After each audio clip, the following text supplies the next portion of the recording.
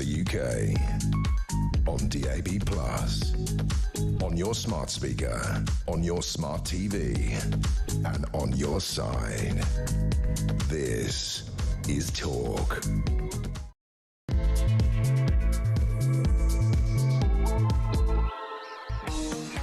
Morning and happy Sunday to you. Alex Phillips here with you for the next 3 hours. Lots to talk about. It's one of those juicy Sundays where I've woken up very often on a Sunday. You kind of think, well, discussed all this stuff already. What are we going to talk about? But no, this Sunday, all sorts of bits and bobs are coming out. Especially, I think, my favourite story of today has to be the revelation that Epstein was allegedly, or as it's written, probably did happen, providing Peter Mandelson with drugs and Botox. I mean, come on, it's just getting better.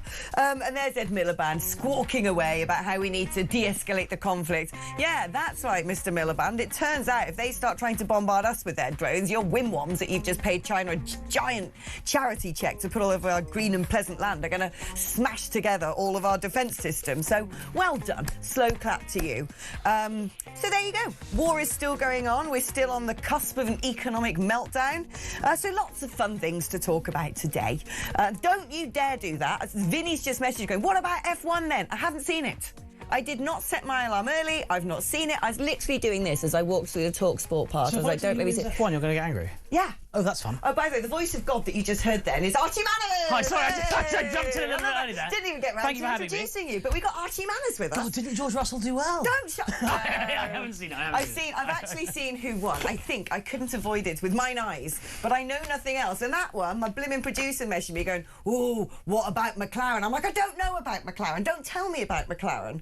I don't want to know. It's really hard because I'm surrounded by screens. You've got Talk Sport over there. Something happened last night. Every top of the hour there's news bulletins, so I'm just like, it's really hard. It's like basically trying to avoid a sea mine laid in the Hormuz It's Straits. fine. Let's talk about something more cheery, like, I don't know. Let's talk about war, shall we? It's such a great morning, isn't it? Everything's such wonderful news. Are you enjoying this war? The world is one of my favourite wars. Yeah, I think it's in my up there with the war. I think this is my absolute top one. This is it's a good war. It's so far. It's a fun think war. it is a good war. I'll tell you why I love it most, actually. All of my least favourite people, which are influencers in Dubai, are having a rubbish time.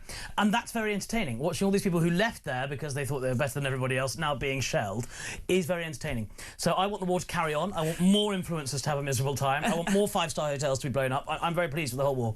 I say keep going, Donald. Well done. Keep going. You know, the reasons I'm loving this war, and there's multiple. This is so. Well, never mind. This is what we're going to do, isn't it? These are the main reasons I'm loving this war. Top 3 reasons to love the war with Alex Phillips. So first of all, the kids. The what? The kids. The kit. Oh, yeah. So we've got so I live near Fairford. Yeah. So we got B-52s, B1s, Oh, you seeing them all? Yeah. Well, I'm sniffing around the perimeter fence near the apron with my binos. That's fun. Yeah, exactly. So you're seeing all the big self bombers and all that stuff. Yeah, and now I've just learnt of the Warthog. What's the Warthog? Oh, it's this amazing plane that apparently they're going to get rid of because it doesn't really do anything decent. It just looks like if you imagine getting about 25 massive guns, bazookas, cannons, strapping them all together and putting a flimsy sort of, some wings on the side. Wings on it. It just and goes. then sitting a man in a big helmet in the middle and then flying that really low over ground with a shark's face painted on the front where it goes dagga, dagga, dagga, dagga, dagga, dagga, dagga, dagga, dagga, dagga, dagga. That's it. Fantastic. It's a good plane. So the kit is number 1 reason you like the war. Kit's number 1. And the uniforms. The men look good. I know. They do look very good. I am planning to. If you want to come with me, I'm planning to go and hang out in the pubs of Fairford in the hope an Alex Phillips boyfriend hunt. Exactly. In hope some hot American captain with a warthog. Someone walks in and puts "You've lost that loving feeling" on the jukebox. That's the dream. Right. But also the targeting's really good. This isn't about bombing cities and people and civilians because that's when war's no longer fun. They're taking out military bases. There's Iran's like, ha-ha, my next cunning plan, I'm going to lace the Strait of Hormuz with mines. Oh, you blew up all our ships. Damn. I'm going to make loads of money from oil. Well, we've now got that island, Karg, which sounds like...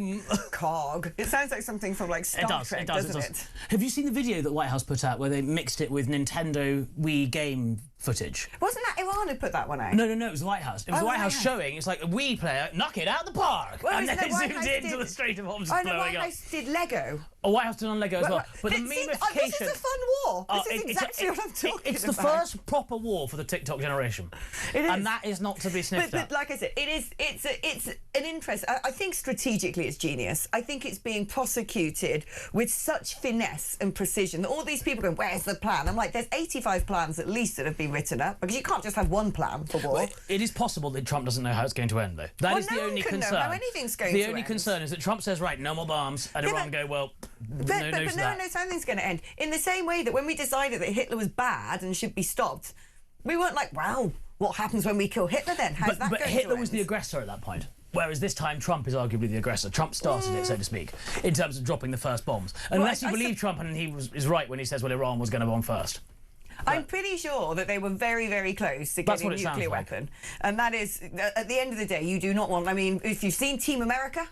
I've not seen Team America. Then you know that you don't want them with nuclear weapons. Let's do the foreign policy based on a show called Team America. But so there we go. Well, now it turns out we've not been really helping out with the fun stuff of the war, because we don't have fun stuff. We have no fun stuff. Our one fun stuff takes 2 weeks to get anywhere. Exactly. It's like the slowest present ever. Exactly. Yeah. Is HMS Dragon sailing now? I'd love to. I hope one of the Navy soldiers on the move. Can they call in? If you're listening on HMS Dragon, I want to know where you are, what it's like, what's the food like. I want to get a mole from that boat, because it's sailing somewhere to Cyprus. It's about 4 months away from getting there. Yeah, I bet they're just on their sun lounger. I reckon it's like a cruise. Yeah, I reckon they're just sitting there. They've got David Starkey doing a talk on history in the afternoon. That'd be good, actually. That'd be motivational. But no, it turns out that we've got no proper kit because, who needs that anyway?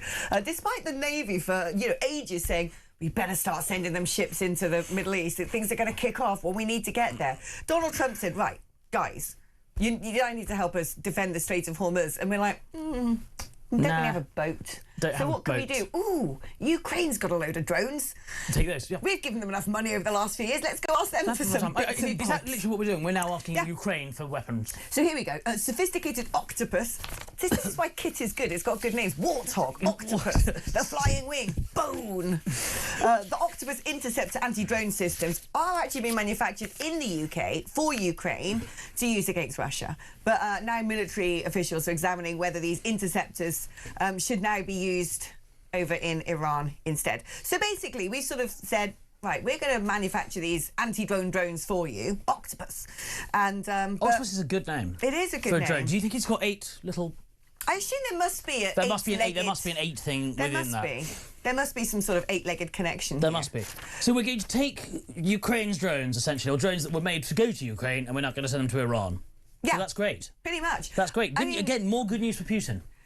I suppose more good news for Putin, although at the same time it is giving Zelensky extra street cred. It is giving him more street, but that's not what he needs. He needs drones. Fighting Putin, now fighting this, helping out the whole world. It is disgraceful that we didn't have these drones sort of ready to go. Like, everyone knew what was going to happen with Iran. This is not a surprise. Right. It's been months in the offing. Yeah. I think, as you said, the Navy warned months ago that we need to start sending some ships there. Trump put an entire flotilla there. Basically moved 85% or whatever it is of the American naval fleet into that region on the grounds that they have to float somewhere. And said for 2 weeks, we're going to bomb you if you carry on. We're going to get you if you carry on. And then everyone, even here's going, why has he not done it yet? Yes. How dare he? Taco.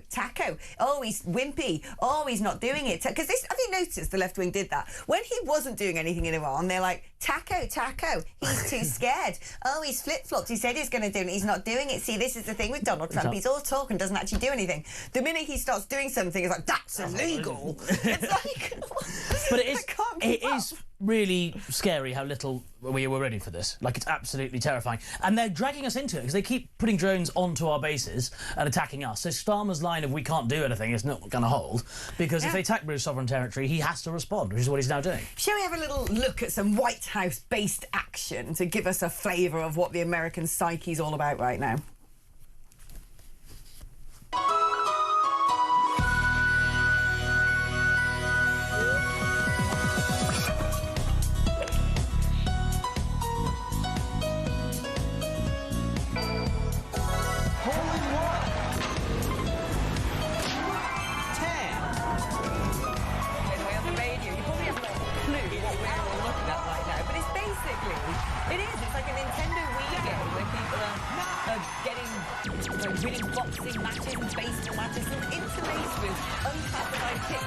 things being blown up.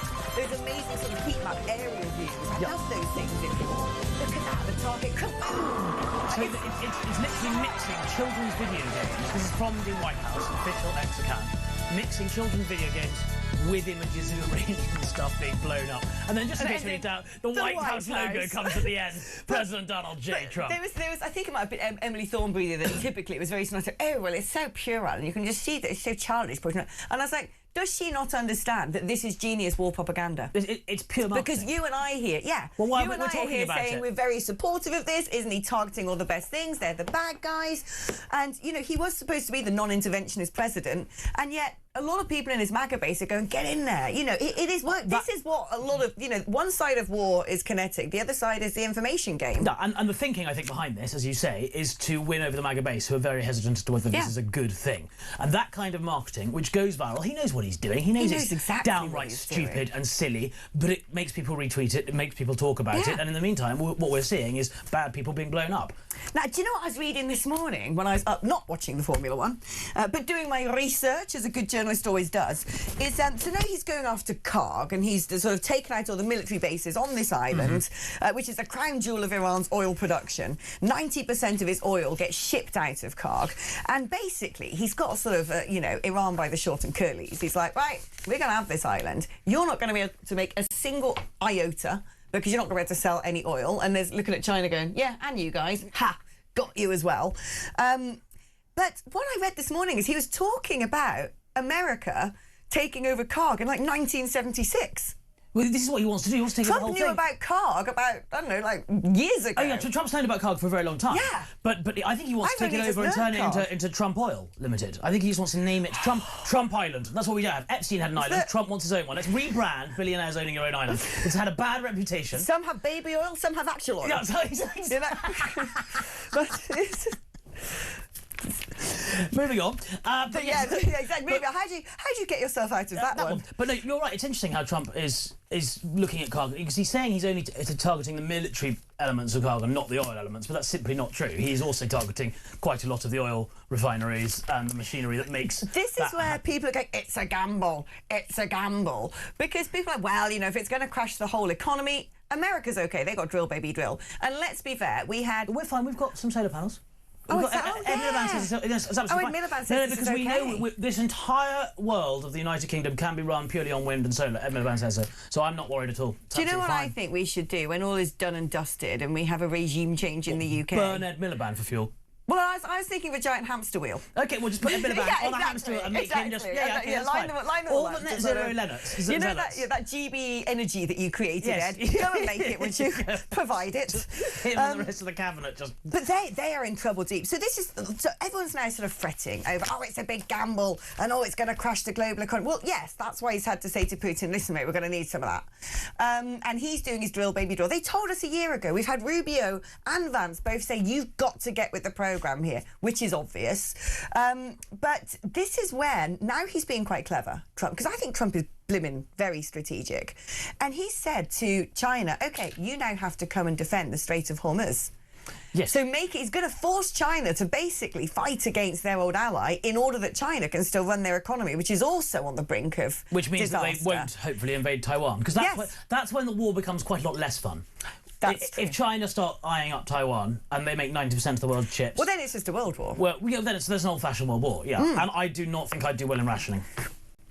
Oh, I would. I live in the countryside. I'm good at bone broth. I need unlimited chocolate, other's not going to really work. Yeah, rationing's not. Do you know what? I quite like World War II food. That's my kind of menu. If you were in the trenches, because I think I'd have to be head of catering. Do you know I'm not going over the top. Do you know what's so interesting? I've always asked people this. It's one of my little Alex Vital questions. What will you do in the war? Yeah. Well, I'm already in the process of. I'm applying to be an RAF reservist. I'm halfway through the application procedure. As in halfway through filling out the form? Or no. All the assessments. I've had to do like acumen assessments. Got to get medical done. All of it. So what will you do in the intelligence?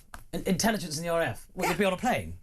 No, you're the ones basically with the the map scump on that of that. I don't know. This is what you think you're going to be doing. All I know is I'll have to sign the Official Secrets Act, and after that I won't be able to tell you anyway. Yeah, well, that's fine. But genuinely, no, I am applying to do intel. That's exciting. Yeah. That's great. I'm sure you shouldn't have told me that's what you're doing, though. No, It's like saying I'm applying for MI6.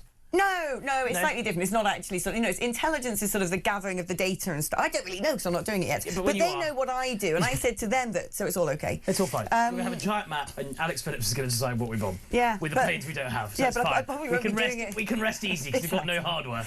We won't be doing it playing from with toys. talkTV, though, will we? No. Listen, we've got to take a short break. When we come back, we've got to talk about this. This is wild. This is amazing. This is amazing. We've got to talk about the Xanax and the Botox and everything else relating to Mandelson. Joanna in Salisbury says, "Hi, Alex and Archie. Great show already. I'm in Gloucester waiting for the. I'm in Salisbury waiting for the Gloucester fly pass to Iran. We are on the flight path. God, have fun. Loads of my parents live near listeners. Salisbury. Maybe they're going to see it. This is a little bit like the Queen's birthday, but more fun. Tell your parents to get on Flight Tracker. Flight radar, yeah. Yeah, I live by that now. Basically, That's as soon as I'm home, if I hear a noise in the sky, I'm on there going, what is it, what is it? And if it doesn't appear, I'm like, ooh. And then you listen, it's like...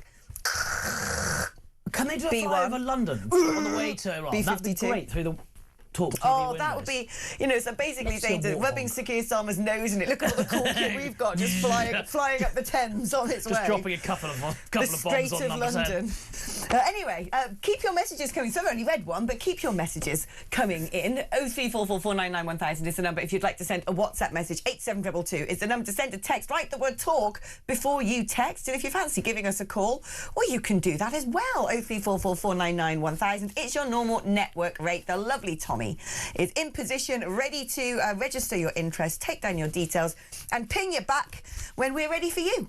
But in the meantime, go put the kettle on or whatever it is you might drink on a Sunday morning. No judgment here. And we'll be back in just a second.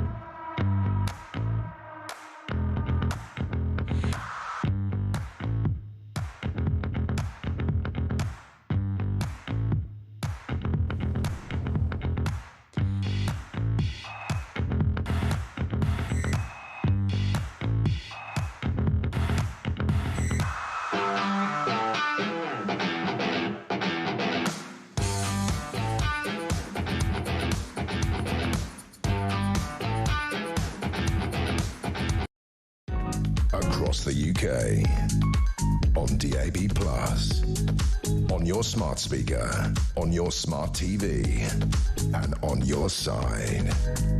This is Talk. Don't do it. Tech up, come on. This is just bullying now. I'm reporting you to HR. They all, oh, don't, come on. Yes, I love the Formula One. No, I haven't seen it. Yes, I saw who won because you can't avoid it when you're surrounded by screens and live in the world of news. And no, I don't know what this McLaren thing's about. I know something's to do with McLaren. I just saw a flash of papaya outside at the corner of my eye with a screen up there, and I had to go like this. I said, Chris, tell me it's gone. I can't look. Is it over yet? Do you want to know the result? I don't want to know. Shut up, Chris. Stop it. I know I'm going to find out, you know, before I manage to get home. But look, you guys are really bad as well. You're missing a trick if you don't watch MotoGP. Like you, as a big F1 fan. But having discovered the joys of MotoGP and real on-track racing, I gave up on F1 because it was dull by comparison. Now, the new F1 is good, OK? I like it. They're overtaking each other. There's lots of things happening. And I don't do two wheels. It's just not, it's not as good, is it? Do you know what, Archie? A lot of my viewers and listeners, they also love this war. Are they? And they love the kit as well. Mandy said, also loving the war. Like me, she's such a nut job like me, clearly. We took a trip to Fairford yesterday from Nottinghamshire. What a day! Found a great spot mid-runway. Saw two B1s prepped and the takeoff. You saw the takeoff. That's amazing. My ribs were vibrating. You're so lucky living where you do. Well, this That can't be real. Oh, morning, Alex. The A10 Warthog is a fantastic-looking aircraft. Pure brute, raw machine gun power from back in the day, says Ian Brown. We seem to have found the people that like looking at planes. There's a sort of strange Venn diagram of humanity that unites my listeners, which is sort of patriotism and things that kill people. Don't you say? Right, let's talk now about we've got to talk about Mandelson. This is the story of the day. I is. think it's absolutely as if the man couldn't get worse. So I mean, clearly we all knew that Mandelson's a slimy character. He looks like the type who'd be doing things he shouldn't be doing. Oh, I'm not really that close to Epstein. Well, turns out Epstein, while he's basically in prison or something, was basically helping Mandelson get Botox on his face, his neck, and then Mandelson kept saying, oh, can I have some triangles? I want some triangles. And triangles are apparently Xanax, which is some sort of knock-you-out drug, right? It's an anti-anxiety pill. So ordinarily it's a benzodiazepam, essentially. So it's usually prescribed to people with severe anxiety or sleeping problems. I think the first thing to say is that it's in the public interest that we find out who did Mandelson's Botox so that no one goes there, because it's terrible. Yes, it hasn't worked. He still looks like a walnut. So that is the first thing I want to find out. But then it turns out that to get Xanax, it is a controlled drug. Yeah. It is something that you usually have to get from your psychiatrist or your doctor. Yeah. If he's been getting medical advice and Xanax, or little triangles as he calls them, from Jeffrey Epstein, that seems an odd thing to get from someone you hardly know, who's also not... But this is what's so wild, because Epstein was actually under house arrest while he's providing the Xanax to Mandelson, and he's under house arrest for soliciting sex from a 14-year-old girl. But the most shocking part of this, and this is where we've got to sort of, take this seriously, is that Mandelson told the sex offender that drugs thought to be Xanax sedatives are all very well, but you need someone to use them on. That's from who, sorry? That was from Mandelson to Epstein, saying, oh, it's all very well getting me the Xanax, but I need someone to use them on. And it's known that Epstein got his victims hooked on Xanax in order to abuse them. There's nothing funny always to say about that. It's absolutely effing horrific, It is horrific. I mean, it's absolutely appalling. Mandelson's going down. He's gone. Well, I mean, he's gone already. But, what I find shocking is the kind of circus around this. Did you see Cherie Blair on Times Radio last week saying that she felt sorry for him because he's still a human being? And he is a human being, but he's a rotter. And again, it continues to reflect badly on Keir Starmer. I mean, how much more is this going to carry on? Really badly. I mean, this is a Pandora's box. He is laughing, or hopefully laughing, about drugging underage girls with a controlled substance from a convicted sex offender, whilst it's important to note, he was serving in our government. Yeah. He was in... I don't want to say he was in cabinet at the time, I have to remind myself. And we know that he basically was giving... When he was in the EU, he was giving Epstein all the ways that they were going to bail out Greece, etc. So Epstein could make a shed ton of money on it. Giving us, classified information to him as well. Going off to Beijing on his little, ministerial jollies and then saying, oh, I need to go a bit off grid. I don't want anyone around me right now. I've got to go do my own meetings. This is crazy levels of corruption. And when you think the hoo-ha of the legacy media under Boris Johnson, when it was like, does he have gold wallpaper? Resign! When are you going to resign? And then, oh, well, you came back down into a room at 5:05 and had some cake. He's got to go. Yeah. Boris Johnson, literally, by a matter of 5 minutes, ate cake in a room that he wasn't allowed to eat cake in, and he went, and the gold wallpaper didn't even exist. We've now got a government who's giving away sovereign territory, crashing the economy, cozying up to our mortal enemy China, breaking the special relationship with America, decimating our armed forces, putting into positions of extreme influence a man who potentially is tangled up in the dirty goings-on of a prolific paedophile. And I don't see them standing out 10 Downing Street going like, resign! No, it's the cosy cartel of the legacy media and the Labour Party sickens me. There is definitely some kind of double standard there, because it's ridiculous. I mean, I'm looking forward to when Mandelson goes to prison. How's he going to enjoy that? I think he will too much. I think he'll enjoy prison a lot. Yeah, because he'll be, if he goes to prison, let's assume he probably does, because, you know, lesser things have landed people in Clink. He'd probably be in a, you know, special single cell, because he'd be, you know, a sort of VIP, a heightened Maybe risk we'll have to of build being... a special prison for all these people, for Andrew, for Mandelson. That'd be nice. Maybe this is why they're getting rid of trial by jury, throwing people out of prison early for, like, you know, prison. For sentences that don't harm the community. They'll be like, well, you know, he's not going to go and stab someone, so why does he have to go to prison? Yeah, that's certainly what will happen. It's absolutely shocking. Let's do some messages, shall we? Yes. The Royal Navy ain't no cruise when going to war, says Dave, who's Dave in Dorset, who's a Falklands veteran. I know, Dave. That is true. We say it in levity, but thank you for your service. I know it's not a cruise at all, and I'd imagine today things are pretty difficult in the armed forces, given that we failed to equip them properly. Failed to look after them at all, really. Failed to look after them at all. During service and particularly after service. The number of homeless veterans you see on the streets of London, that is, I think, the greatest stain on our nation. Yeah. It is absolutely disgusting. It is disgusting. It really, really angers me. Laura says, I believe that enduring some short-term pain through higher energy and petrol costs is a small price to pay if it contributes to the United States and Israel confronting and dismantling the global threat of terrorism. Well, I agree. And actually, you can't turn around and blame Trump and say, well, you shouldn't have tried to take out, you know, mad theocratic terrorist nation from having a nuclear weapon that could blow up the entire world because now our petrol prices are higher. Well, that's our fault. That's our fault for not having any sort of energy self-sufficiency. The problem Trump has is he took out the old Ayatollah, and he has been replaced with the old Ayatollah's son. Who we don't know if he's dead or not. We don't Trump know if thinks he is. They say he's not. But also, even if he is alive, he's not going to love Trump, is he? Because Trump has killed his wife, his parents, his son. He's not going to be completely enamoured with President Trump and go, let's have a ceasefire. He's probably going to be a little bit peed off. So I wonder whether he's going to have to take out what's left of the current Ayatollah, the son, in order to get... Well, just like... it seems to me he's like kind of a couple of arms and a breath of air at best. But no one knows of his life. Some people are saying he's in a coma. No one knows. He issued a statement from nowhere. No one's seen him on camera. Well, who was it the other day who said to me it's probably the first time that Ayatollah's been legless? Anyway, Ed Davey has been... Oh, blimmin' Sir Ed Davey. He's the worst of the wet weekends. Oh, we love Ed Davey. He's so pointless. He's so pointless. The man spent the entire election campaign on a body of water so he didn't have to answer a question. And because he likes being wet. Right. He's very wet. He's a wet. Oh, he's a wet? Yeah. Oh, right, he's a wet. I see where we're going Yeah, no, it was I thought you were walking me out into some very dangerous territory. No. As dangerous as this Specsavers advert. By the way, this Specsavers advert, can I just say, I was looking at this during the break, and it's because now Specsavers are also hearing adverts. They're sort of really going after the sort of older generation, saying the device your relationship has been missing, AI-powered technology to enhance your senses. It looks like it's some sort of thing you might buy in a back street in Soho. Yeah, it's a top-shelf mag, but it's not. It's the You magazine. It's just... I'm like, Specsavers are getting risque. Anyway, sorry, I digress. So Ed Davey has been on the BBC and he said that the UK's nuclear deterrence should not be dependent on the mood at breakfast of the person in the Oval Office. I don't want us, unlike the Conservatives and Reform, to be the 51st state of America. I want us to be independent and proudly independent. And what we've learned from Donald Trump is, regrettably, we can't any longer depend on a reliable ally in the White House. Why do these leftists invert the truth? It's like, no, they can't depend on us. That's what's going on here. It's not we can't... Thank goodness he's there blowing up Ayatollahs and trying to, like, get rid of global terrorism. Thank the Lord for Netanyahu. Thank the Lord for Trump.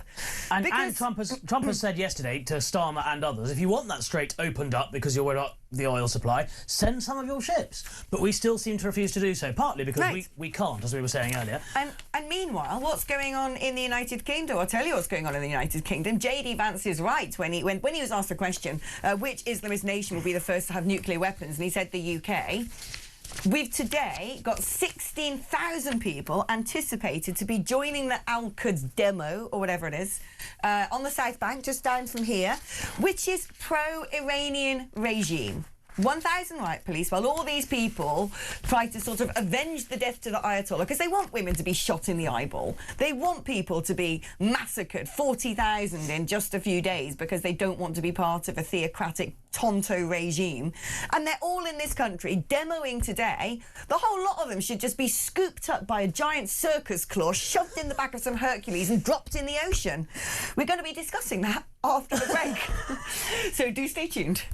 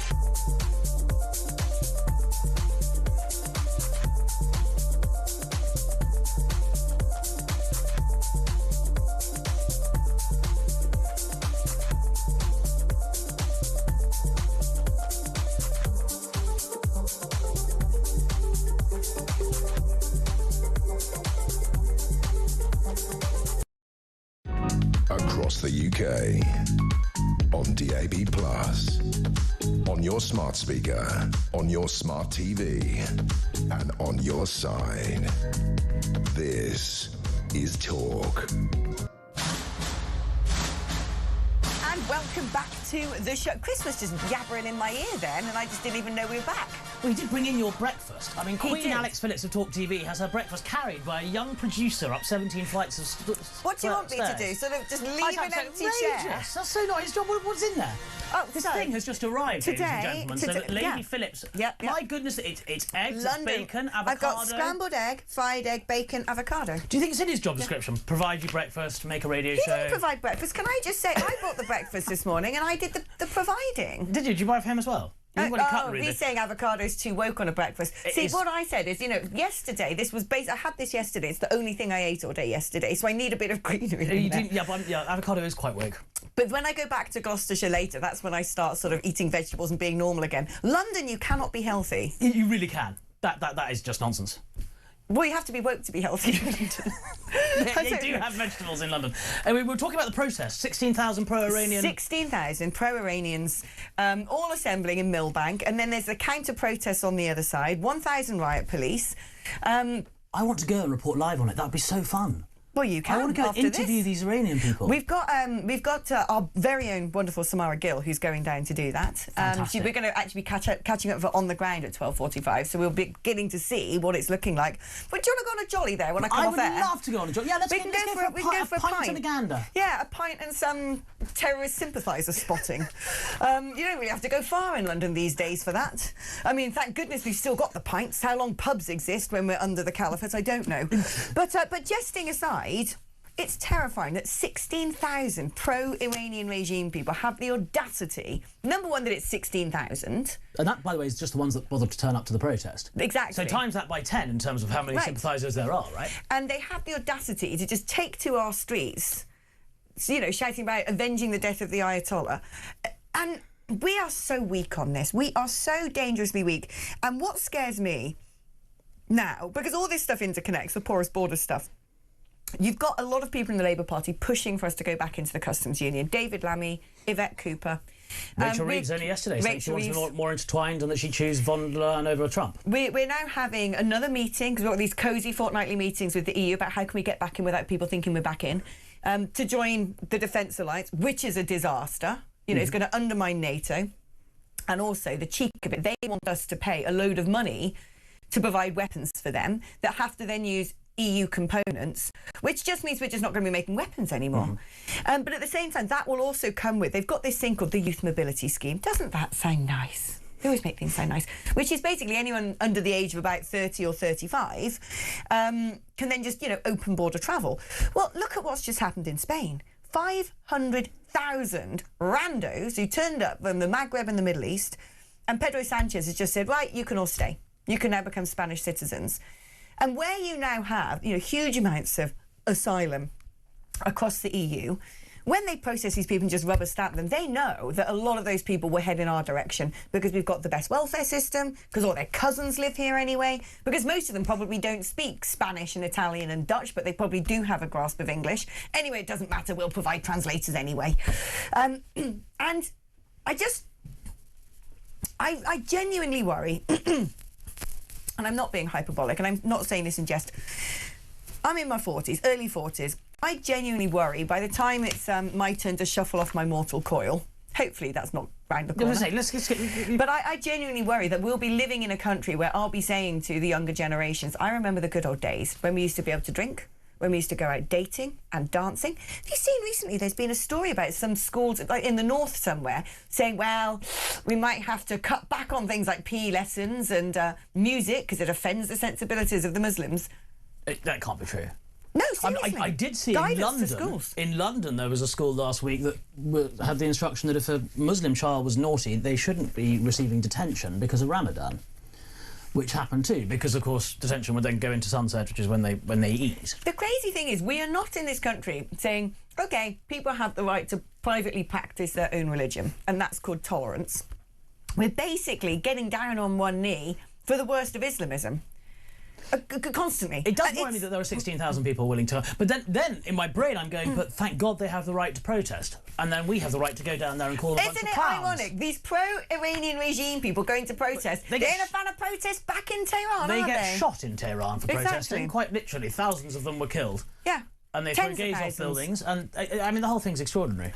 It is absolutely extraordinary. But, you know, what we're seeing now, I cannot shake what happened in Birmingham, at West Midlands Police, where essentially the local community leaders said to the police, if the Jewish fans come... Yep. And then the police went, right, OK, we'll send a message to the government saying it'll be too dangerous to come. Yep. Because the Jews are the hooligans. It's this inversion of the truth. It's the gaslighting. Well, all the while, we are now increasingly being dictated to by a little pocket of bloodthirsty death cult Islamists who seem to have an incredible amount of sway. Incredible amount of sway. And at the very time that we're trying to... Well, we're not trying to fight terrorism. Our allies are trying to fight the worst form of terrorism over in the Middle East. Our government, let's bring in Islamophobia legislation. Yes, is it going to be illegal to be scared of Islam?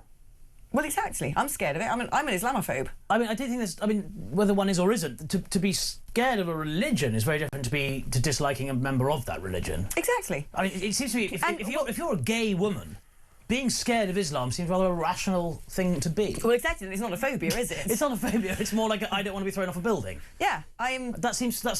Yeah, exactly. Because this is the thing. You know, I've been banging on a long time about how men from predominantly very Muslim cultures, when they come to the United Kingdom, pose a threat to young girls. Of course they do. And we're seeing every single day now, every day, headlines in newspapers. The people of Braintree were saying that, they've got a load of now.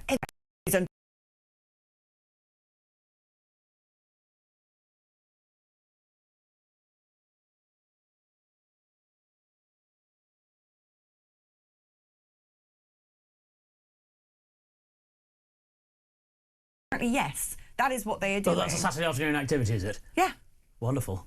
It's just, it is so bleak what is happening, and not only are we not doing anything about it, we're being silenced, censored, strictured, even basically thrown into prison for trying to say this is our country. And we haven't just invited in people who quietly practice Islam, as they might have done in the Windrush era, when people brought people in for low-skilled jobs in woolen mills and textiles industry and so on and so forth. Well, a great deal of the Windrush people came from Commonwealth countries anyway, so they were Christian too. Christians. They came from people who have quite similar culture and background. By and large, the first sort of wave of Pakistani and Bangladeshi migrants who came in was sort of, picture of the Queen on the wall and tea and cake. Here we go. This is the... I told you, the teachers across the north of England, the guidance. This is true story, right? Children's drawings could be considered blasphemous, while music and dance lessons could contravene the teachings of Islam. Local councils have warned schools. The guidance has been issued to teachers across northern England as part of a publication intended to highlight sensitivity and awareness around faiths and beliefs. Christ. This is basically the Taliban is now in charge of the Department of Education or something. No music, no dance, and no children's drawings. What the hell is going on? How long until there'll just be no girls at school? This is real. Look at that. This is what? I can't believe this. No, that's real. Art as example, stating that Islamic culture and civilization has a, quote, rich artistic tradition, but schools may find there are religious exceptions. Wow. I know, but it's scary. The music and the dance, that is horrifying. Because, I've been to plenty of Muslim countries. I've been to Pakistan, heard that Pakistanis happily enjoying music and dancing. Been to Pakistani weddings. They love a bit of a boogie. I lived in the Islamic part of Accra. They might not have their own flushing toilets, but they've got speakers that are over 7 foot tall. They love music and dancing. You go to Marrakesh and you've got belly dancers in the restaurants. When you're saying no music and no dancing, that isn't they're not saying no, Muslim. but that's Taliban. They're not banning it completely. They're saying that we have to be sensitive around what that looks like. But that is the thin end of the wedge. I agree. I'm sorry, because like I said, Turkey, Morocco, belly dancers. When you go to the UAE, this is Taliban. No music and no dancing is straight out of the most ferociously scary medieval barbaric doctrines. If we do become a caliphate, it's going to be very dull, isn't it? What are you and I going to do? Literally, you and I mainly just like the pub. My Uber driver this morning, who's from Nigeria, is the one who sort of brought it up in conversation with me and was saying, I'm really worried about Britain. We've seen this happening, across the middle of Nigeria. It's terrifying. He said, you guys are not doing anything about this. And I was like, I know. He can see what's going on. We're having people in the UAE go, you know what, we've managed to deal with that Wahhabism stuff, and you guys, you seem to just be electing it, adopting it. It's absolutely terrifying. Well, we've got 16,000 of them on the South Bank, which you're planning on scooping up and dropping into the ocean, so that'll be a start. Oh, apparently we've got to apologise. We had a bit of a tech issue and we went down for a while. So that might be a relief. Something happened. That might be the producer pushing the button that says delay, don't let this go out. I only found out the other day, yesterday in fact, that I actually have a dump button myself. So if you say anything too wild, what happens if you push your dump button? If I dump in the studio, nothing goes on air. Oh, that's clever. Yeah. Good. So there you go. Where is the dump Let's button? do a couple of messages before we go to break. Robert in Chipping Barnet, very sensible sounding place. Alex, I think Trump Island, and for post-regime change, Iran should be named Trumponia. Has a nice ring to it. I love it. Very good. Gosh, you two are fabulously matched. Love it, says Jane. Oh, that's very nice. Thank you, Jane. I think we are. Are you reading out the ones that say, God, I can't bear that chubby posh twit? Do you read out those ones? Well, I'm going on. Or were you talking about me? Because I'm not posh. I'm going on my jabs. Are you? Yeah, I want preventatively. Yep. But barely got meat on you. No, I've got a bit too much. I'm on Mandy's Botox, and then I want to get on the Manjaros. on the Manjaro. Love it. Yeah. Oh, okay, there you go. If anyone's listening who wants to sponsor me and give me free Manjaro, do send me a message. Yeah, people are running out of that It's kit. expensive. Yeah. A great race with proper overtaking. They just need to sort out the batteries. Okay. Can I just say, wow, well done, Alonso, on winning the F1. Funny, funny, funny. Very funny. And one final message, because Chris is nagging me. David in the North Cotswolds, great day. I'm on the turn for the long approaches into Bryce and Fairford. Flight radar isn't helping as the big kits have their transponders switched off. So I'm up and down like Mandelson's underpants every time I hear the roar of a jet engine. No, but that's the thing. You hear the roar of the engine, you go onto Flight Tracker, and well, you can tell the difference, but I think anyway. But you can see that it's not mapped, so you know it's good kit. Right, we're taking a break. When we come back, the latest hobby of the mad leftists, apparently, is going out for a good old day of shoplifting. Yeah, that's what we're talking about just after this.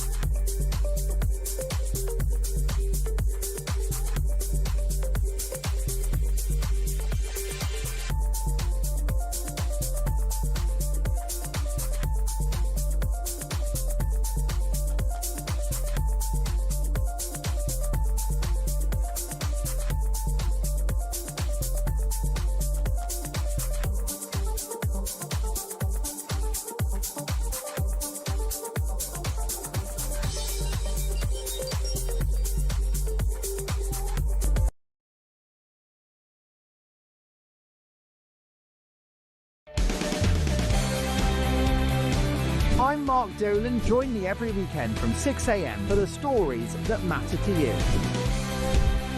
We talk politics, we talk news, we talk entertainment, we talk about everything that affects your life. There's only one place to start your weekend, the home of common sense. Talk Breakfast on Talk. 6 a.m. to 10 a.m. every Friday, Saturday and Sunday here on the home of common sense.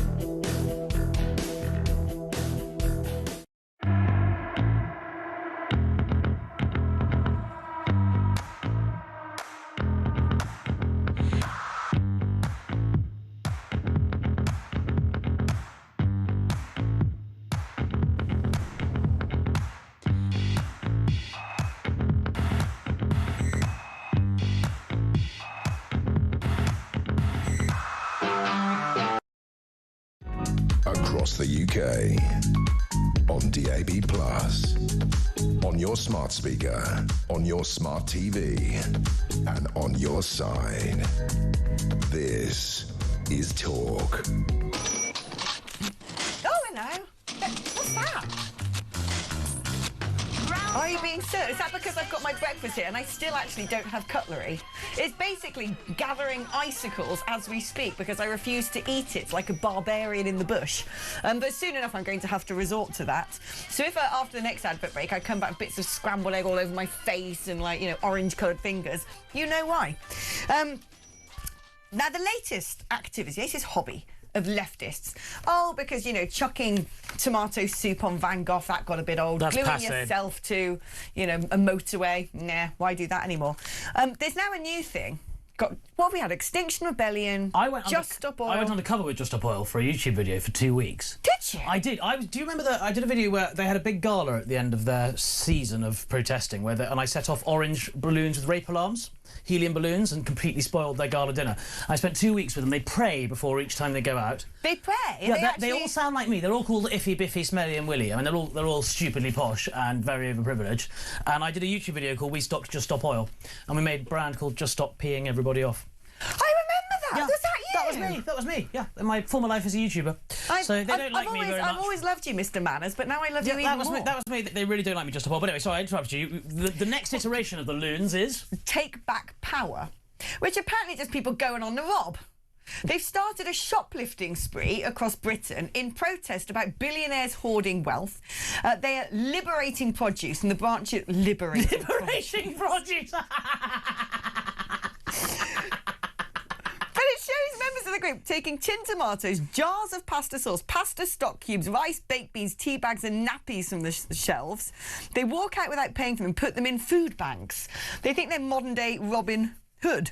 But they're all, when you look at them, they've got Ruth Cook, Eve Middleton. They're all these dowdy, frumpy, fat, loony, sad, purposeless, menopausal women who, you know, because they're just basically just irrelevant now. Oh, hang on. Just irrelevant in society. They're going out thinking they're, like, really important. But look at us going on the rob. Do you know what I want? I hope these wannabe librarians all get snatched up by the cops and put in some urine-soaked cement chamber where they've got a hole in the corner, and that's the greatest asset that they're given in life, to learn them a lesson or two. It's not just pathetic. The thing is, they might think they're being really smart and clever by doing this, but what happens is everyone goes, great, I can also go nick things with impunity. And then nothing else is made, so we all go hungry. But Ruth Cook, the woman you speak of, she did it, and I quote, because families are struggling and children are going hungry. She's a company director, is Ruth Cook. Ruth Cook... Isn't it always the way? It's always the way, and they're always the most privileged, because it's very easy to break the law and be a bit of a prat when you've got money and a nice house that's mortgage-free to lean back on. None of them have been arrested as of Saturday afternoon, as of yesterday afternoon. This is theft. They are admitting in their quotes to stealing. Yes. And none of them have been arrested. So I might go and help myself to lunch from Tesco's on the way down. There's a very nice this is exactly Why not? Yeah. Why not? Why not? This is the thing. It's not clever. It's not intelligent. They look pathetic. Here they are. Who's that now? Oh, God, they're filming themselves doing it. That is the evidence. It's wild. Actual evidence. Yeah. Exactly. And I literally got to see them all part of a chain gang smashing rocks at the side of the road before being taken back to some sort of underground dungeon where they will get to know some Islamic terrorists who probably won't think of them too fondly. But quite simply, why have they not been arrested? That is evidence. I mean, I've never been on a jury, but this doesn't seem that difficult. I'm going to go guilty. They always have a look about them, don't they? I mean, of course it's in Manchester. I mean... You know, I used to live in Manchester. Look at her hair. She's got the pink hair. She's dyed the hair. Do you think she paid for the dye? Probably not. No, she just wanders off. Well, if I was her, I wouldn't pay for that dye. So what we're watching here is a bunch of very old people with money and very young people with pink hair stealing from Tesco's. It's like a saga edition of Supermarket Sweep. Dale Winton's ghost is about to appear. Do you want to speak to a caller? Yes, who have we got? Well, now, I've got to introduce you, Archie, to one of our regulars. It's Cindy in Michigan. Cindy, what do you make of Archie? He's fresh to our operation. Do you like him so far? I love Archie. I love him. How kind of you, Cindy. Hello. Can I put him in my pocket and take him home? Cindy. Well, how old are you, Cindy? I can't see you, unfortunately, but do you know what? It's Happy Mother's Day, and maybe I can make a mother out of somebody today. I don't have a girlfriend. This could be the start of a long relationship, Cindy.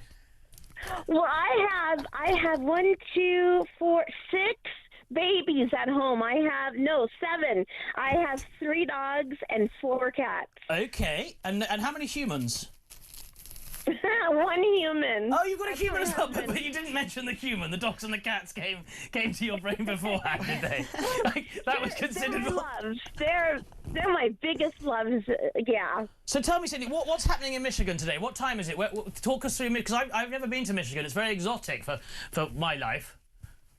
Oh, okay. Well, it's almost 7 o'clock, and today's an exciting day because we're getting ready for church. Fantastic. So I got to pick out my clothes.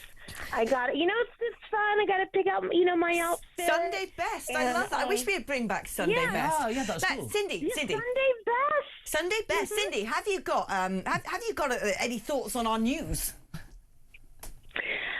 News? Don't you worry about that old business. News. That's not what we do in this building. I worry about America actually second. I watch Talk.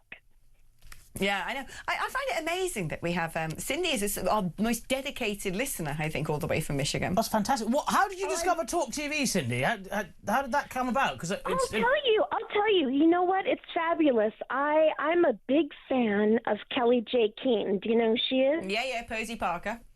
Yeah. Yeah, she was a tennis player. Parker. So I was first dedicated to her, still am, and I watch her a lot. And so what populated on YouTube was Talk. Oh, I see. So she's been the gateway. Yeah. She's the gateway drug. She's the marijuana to our heroin. Yeah, she's the gateway. And you know what? YouTube Premium is really good. You don't get any ads. Yeah. So it's just straight, whatever you like, straight talk, straight Kelly J. Keane. And I get alerts, like when she goes live. So I can go in the chat and wow, that's fantastic. Dedicated. Yeah. Well, listen, Cindy, it's been lovely catching up with you and your menagerie, and I'm very pleased to have introduced you to the lovely to meet you, Cindy. Happy. It's probably not Mother's Day in America, but it is here. So happy Mother's Day to you, your one human, your 4 cats, and your 3 dogs. Yeah, thank you reminding me, because I can see that on my phone that everyone's wishing my mum happy Mother's Day, and I've not got round to it yet. Do you know what? I'm in a privileged position because I'm on, I'm on the box on the radio, we can do it live, now. can't we? Yeah. Should we wish Alex's mum Leslie happy Mother's Day? Happy Mother's Day, Leslie. Mum. Love you. Right. Well, basically at the top of the hour now, so let's do a couple of messages before I have to bid you farewell. I know, I've got to go, which is very sad. 30 seconds probably. No time to do the messages anyway. Oh, well. But Archie, I've loved having you here. Thank you very much. It's been great to be here. I warned people yesterday it was going to be a riot. It's always going to be a riot. It's unpredictable. You are a but jack without I a think box. we've not broken any Ofcom regulations, which for me is pretty good going. Well done. We might have broken some eardrums though. Yeah, hopefully. And blown up some speakers. That's good. Right. Brilliant. I've got to say goodbye to Archie, but you've got to stick around. We've got so much coming up. 2 more hours of madness to come. I'll see you just on the other side of these short commercials.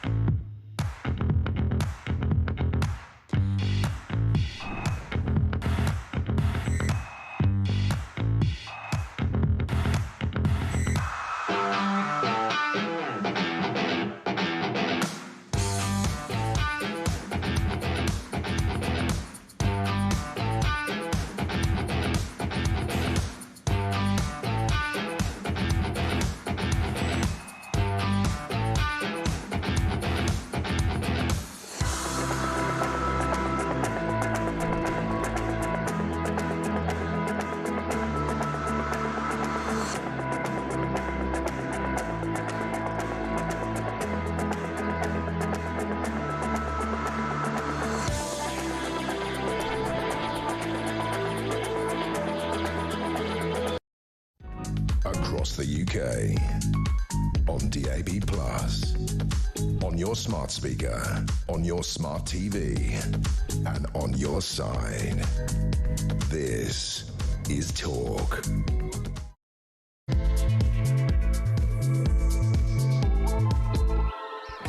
Hello and welcome back. Well, there you are.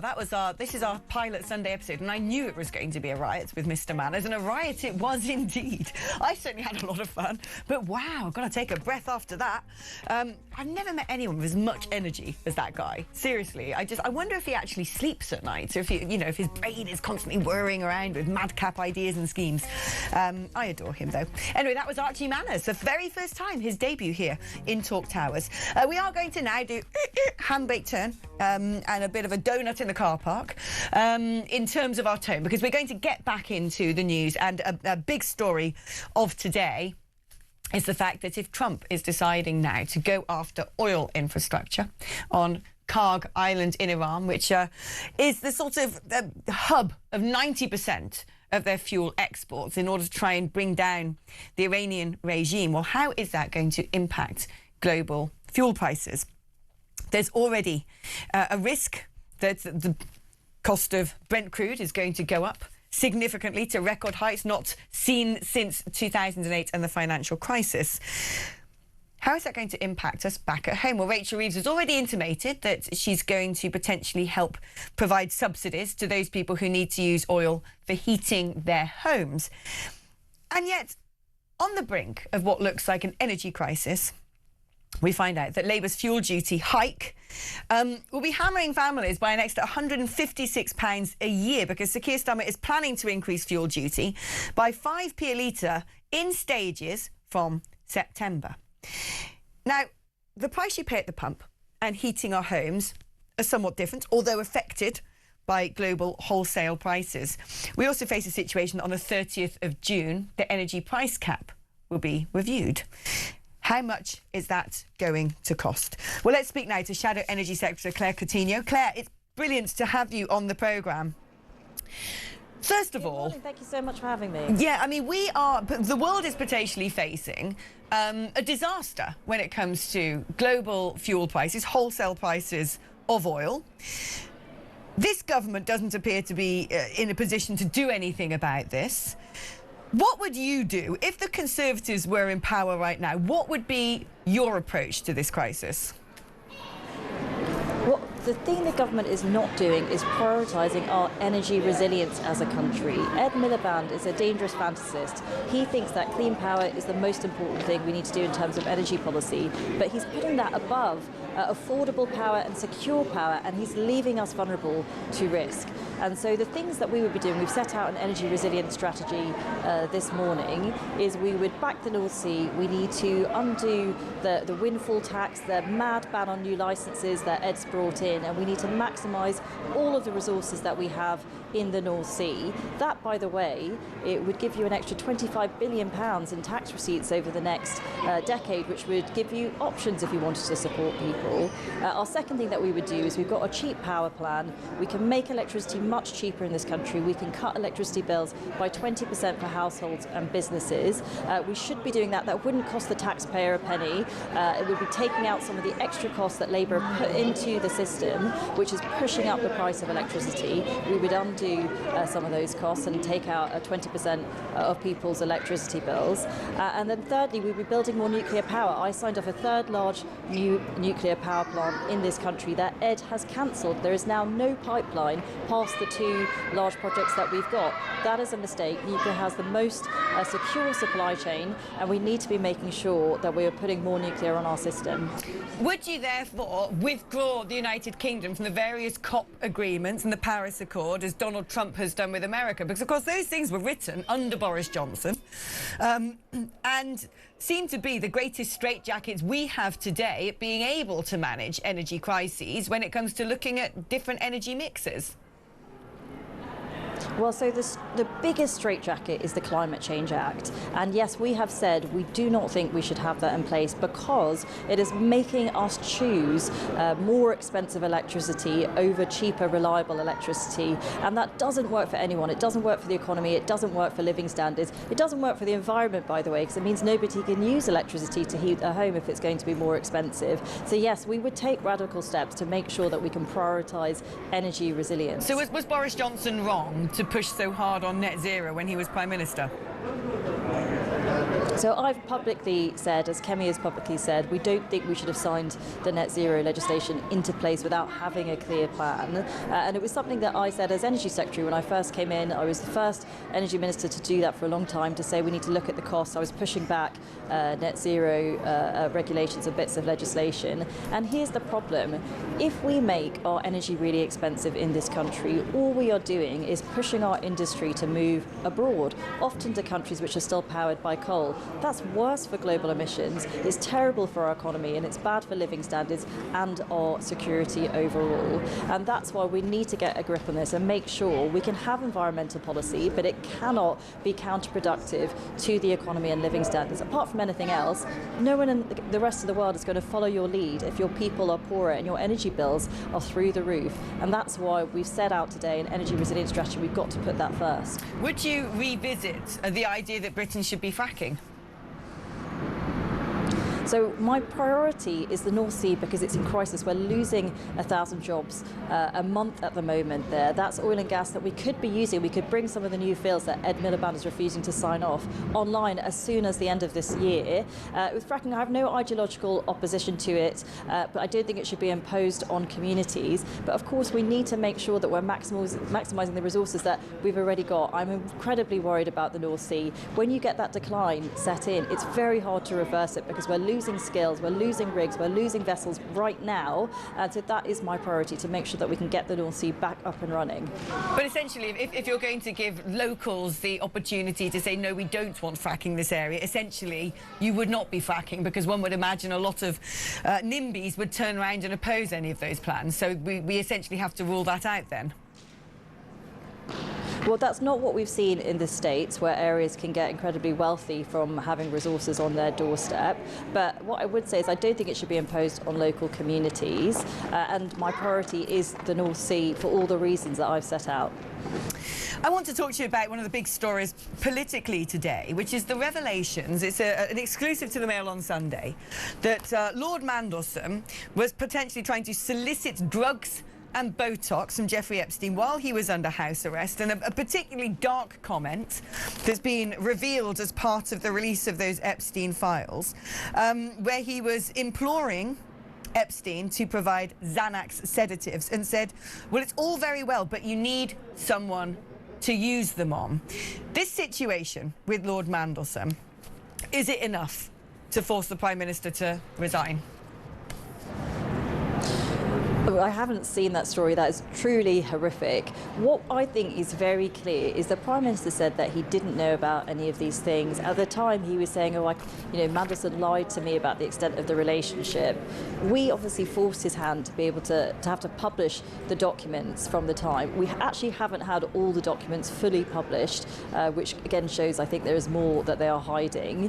But even with what we've seen so far, it's very clear that they did know. They did know that Mandelson had these links. I think that is a question of terrible judgment for the Prime Minister, and I think everybody in the Labour Party should consider whether they want a Prime Minister with that kind of judgment.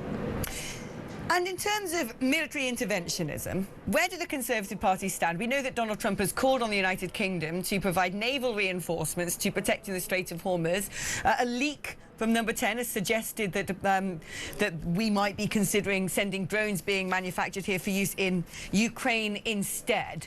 Where do the Conservative Party stand on how much the United Kingdom would be prepared to contribute to the war effort currently in Iran? Well, the principle has to be, it's got to be in our national interest, and we have to be able to protect our military interests abroad.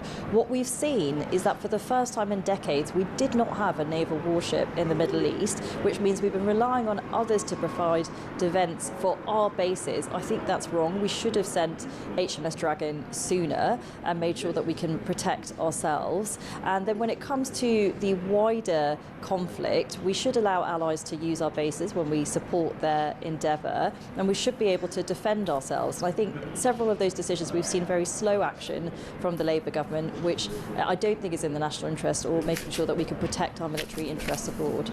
Do you see, as Energy Secretary, wind farms playing an important role in terms of the energy mix of this nation, given that it's been suggested today that were we to face an aggressive assault from a hostile power on our own shores, that wind farms would actually potentially get in the way of being able to deploy our own anti-missile defence systems?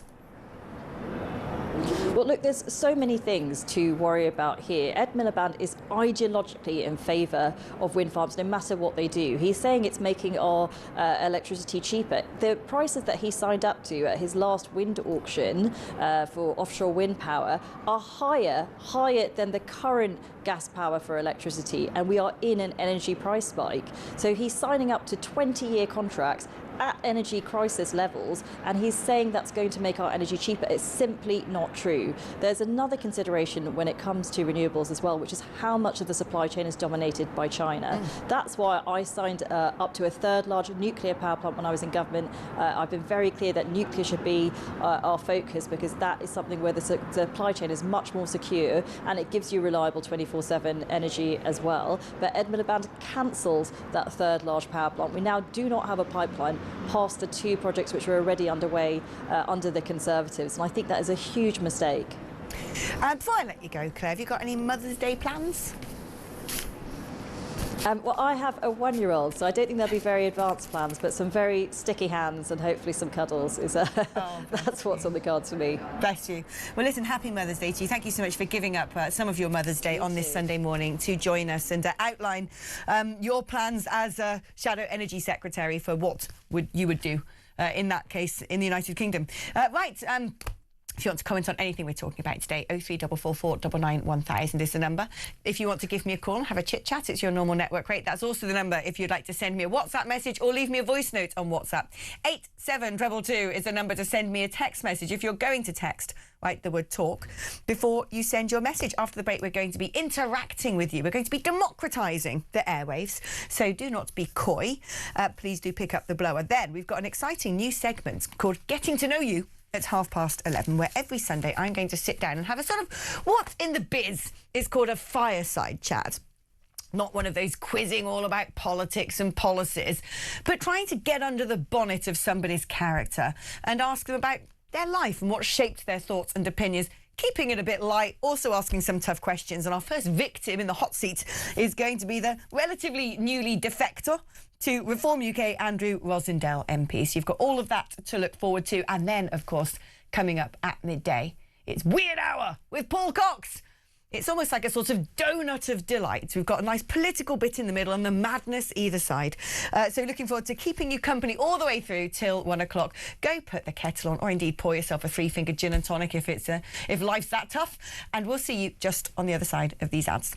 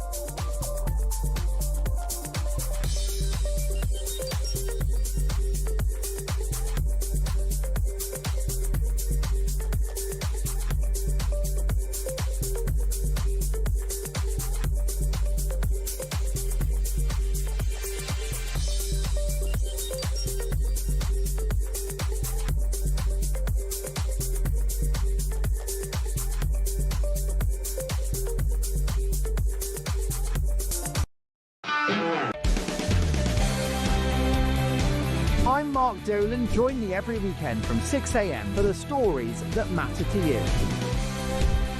We talk politics, we talk news, we talk entertainment, we talk about everything that affects your life.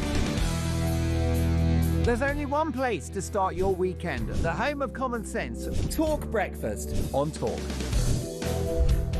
6 a.m. to 10 a.m. every Friday, Saturday and Sunday here on the home of common sense.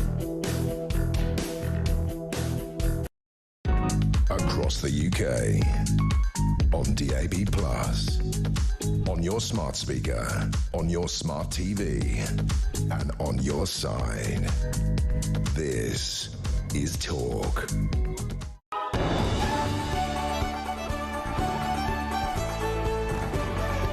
I don't really know what's going on here.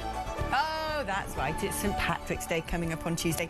This is the problem when naughty Dave Techop is in the gallery, because he just blasts me with unexpected little tidbits of audio delight that I've got to sort of manoeuvre myself around. Oh, Tommy Bates is Bates. So Tommy Bates, by the way, who's APing, if you phone and want to get on the blower with me, Tommy's one picking up the calls. He's actually a competition-winning Irish dancer. Tommy, come in. Can you show us? Let's do this. Come on, Tom. We're not going to be seeing the legs, which is the most important part, but you know, at least your little body can bob up and down on screen. Oh, we can see your leg. Go for it, Tom. Go on. I mean, look at this. You don't get skills like that at the BBC, do you? We're so rich with culture and you know, manifest abilities. Tommy Bates, ladies and gentlemen, thank you ever so much. What is going on this Sunday? I swear to God, in the gallery, they're just keeping me on my toes. Shall we take a call? Let's do that. Let's speak to Michael in Hertfordshire. Good morning to you, Michael. How are you doing? I'm fine. How are you? I am very, very well. Thank you ever so much. That just cheered me up. A little bit of a song and dance, considering otherwise the subjects are economic doom, gloom, Lord Mandelson and war. Out of that mix of topics, what would you like to talk to me about? I'd like to talk about Ed Siliband. Oh, Ed Military Band is my new name for him. I like it. Oh, no, I got Siliband. All right, well, they all work. Encourage opening the straits to let the oil and gas through. How about encouraging our oil and gas industry that we've got in the North Sea? Or is that a silly thing to say? That he stopped it all and cancelled all the licences? Yeah. Isn't it a bit silly now? Well, is it silly? Or the thing is, this stuff is so obvious, right? This is, a sixth former could understand the fact that we will still need to rely on fossil fuels for the time being, at least. I mean, I've got no problem having them for the rest of our lives, quite frankly, if we've got enough of them.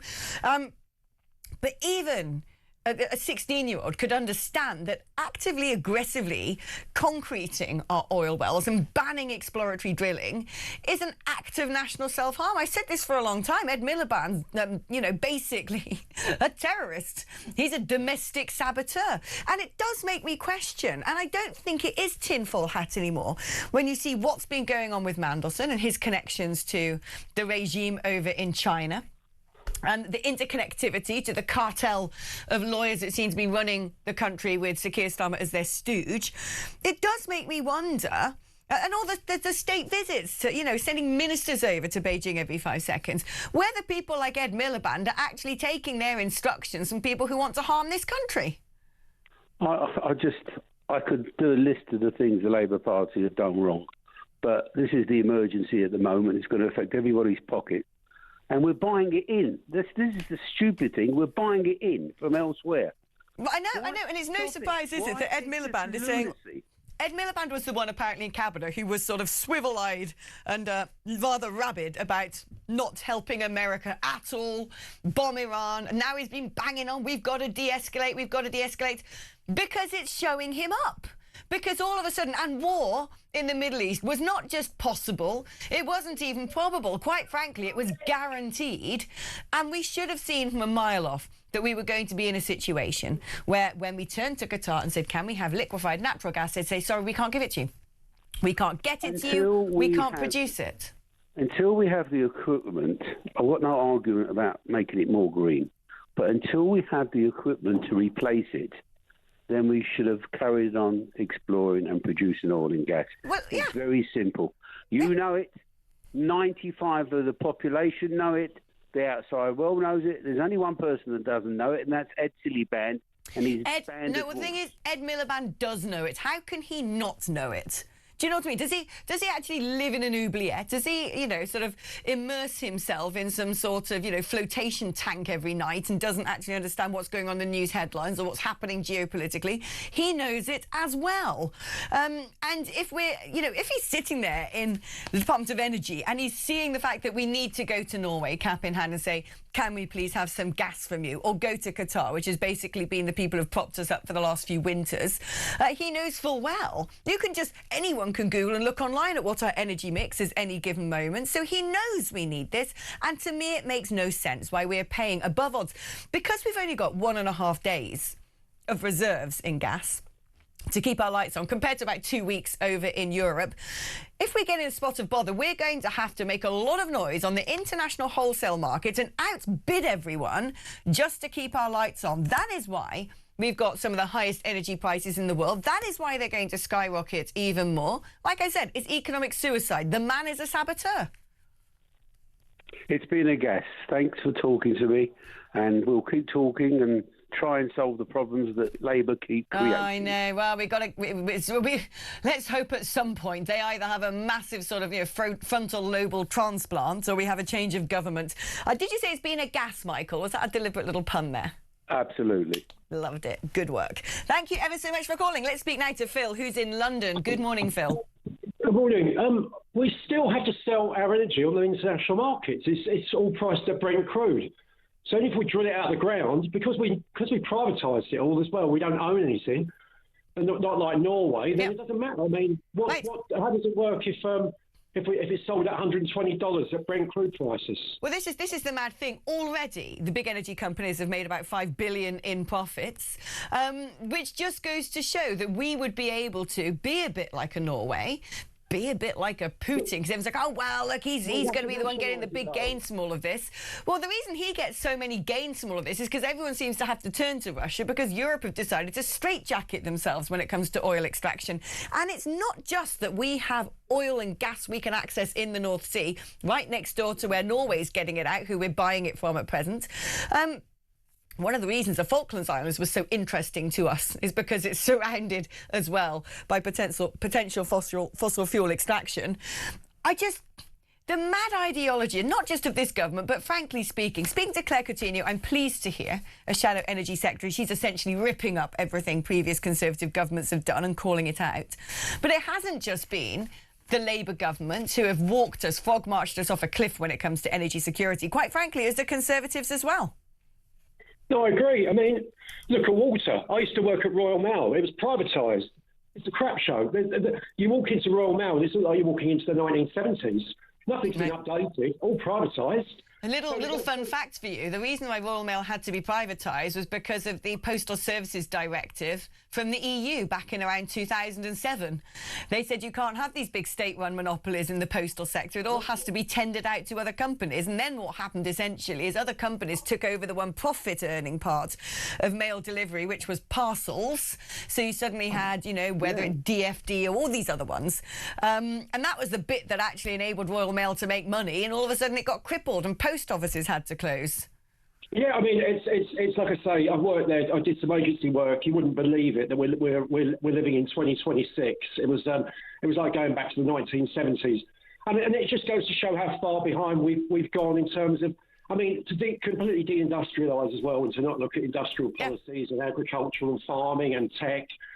Just to rely on basically selling debt to the world and insurance. But the thing is, if you deindustrialise, if supply chains fracture and it becomes more complex, then obviously you lose out when things like the Straits of Hormuz close down. And this is what's so frightening. The future control of this world, the power now, all lies in the domain of artificial intelligence. It is, over the next 5 to 10 years, going to completely reshape the world we live in. And those who have the most advanced products, those who actually are able to seize that power, will have a great deal of international influence. And we're at the forefront of that in many respects, in terms of our universities, in terms of our fintech sector. Of course, don't you worry about that. China's building their mega embassy. Thank you, Labour government. Right over the most important cables connected to things like quantum computing. But we're not going to now have the investment of the big Silicon Valley .com giants, because we cannot build the capacities, we cannot generate enough power to have the cloud storage and the giant battery operations that we need to be able to run and power things like AI. We are being blasted out of a cannon into oblivion by this Labour government. It is terrifying. Yeah, I mean, but I don't. Who's going to change it? Well, where's the industrial policy? I don't hear industrial policy coming from anyone.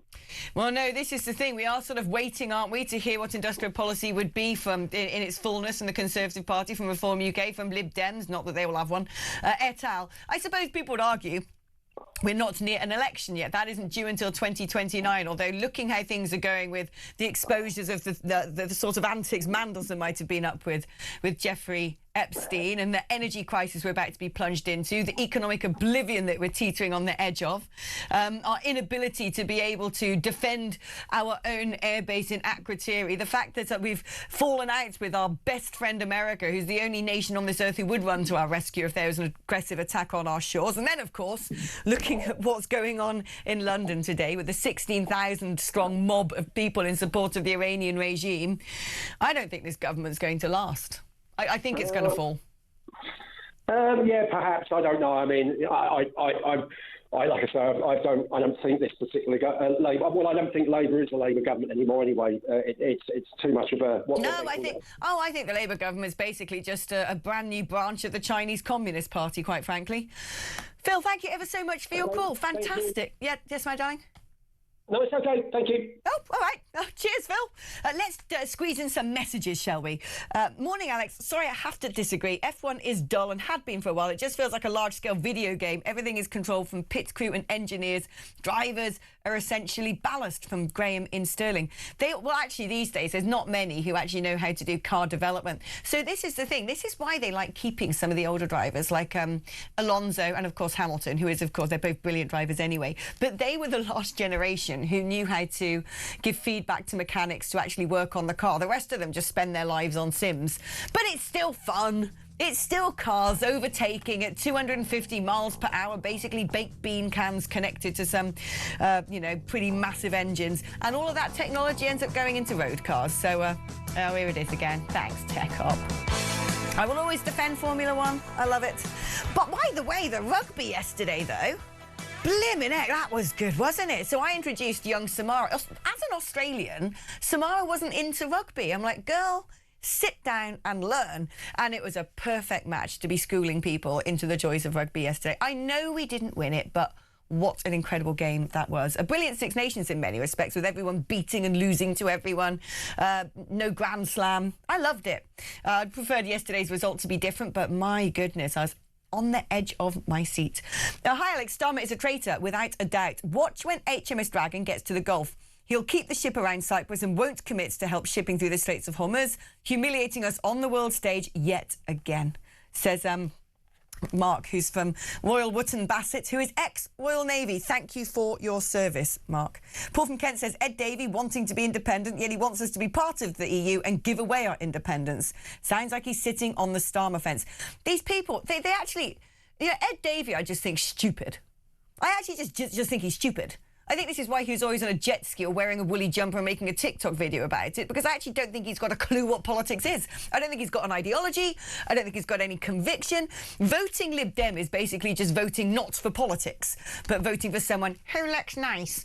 I don't think he's got a clue what he's doing, which is why people in the Lib Dems go, I don't like Labour, I don't like Tories, but I like Ed Miller. But it's just clueless. It's a vacuum of anything. Although blimmin' Miliband, I wouldn't call him a vacuum of anything. His father was one of the top sort of communist writers, and definitely that apple didn't fall far from the tree, did it? Thank you, Alex. I'm going through a particularly hard time in life, and you've made me smile today. I love the show and your energy. Mark in Liverpool, I'm going to send you this big old heart if you're watching. We do try and cheer you up. We can't be all gloom and doom, can we? Especially on a Sunday. We've got to put a smile on people's faces. Now, after the break, we're going to be quizzing Andrew Rosendale MP about, well, him. And then you've got a lot to look forward to at 12 o'clock. We had to give him a Chinese burn to drag him up from Hampshire, but Paul Cox is going to be in this chair. Chris tells me he's already in the building. I can't wait to see him. I just, honestly, Weird Hour when I was doing the lates was something I just looked forward to every time Paul Cox was here. So he is going to be guaranteed in the building, in that chair, every Sunday, so we can finish the week in the right way. OK, having a short break now, but I'll see you on the other side.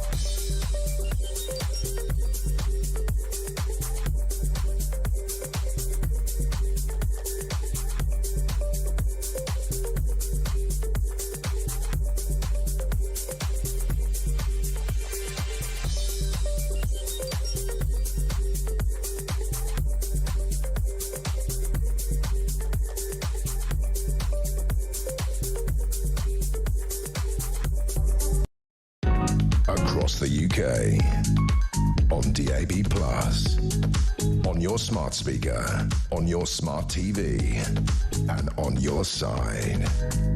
This is Talk. Come on, just, open up. So we can sit with them as if we're round a table in a pub garden, having a nice long lager. And figure out who they are. Because it's all very well when you see people on your screens extolling their particular political principles, riding on their hobby horses, telling us what we should be doing, what the government should be doing, what they would do if they were the government. But I think it's always informative to find out who somebody is, what shaped them, and just pick about underneath the bonnet of their brains to see what makes them tick. And so our very first victim, we were going to have him here in the studio, but I understand there have been train issues. Aren't there always? As a long-distance commuter, I have the utmost sympathy. Our very first victim in this segment is Andrew Rosendale MP, who is now the Reform UK MP for Romford. Andrew, how are you doing, my darling? I'm great, thank you, Alex. It's great to be your first victim on the show. What are the trains up to? Why can't you be here? You're not that far away.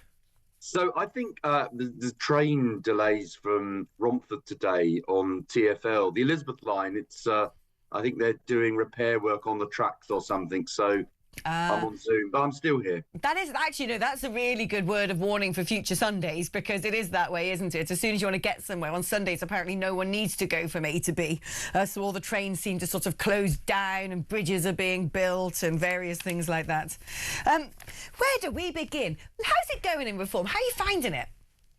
So it's fantastic in so many ways, because I was a Conservative MP for 25 years, a member of the Conservative Party for 45 years.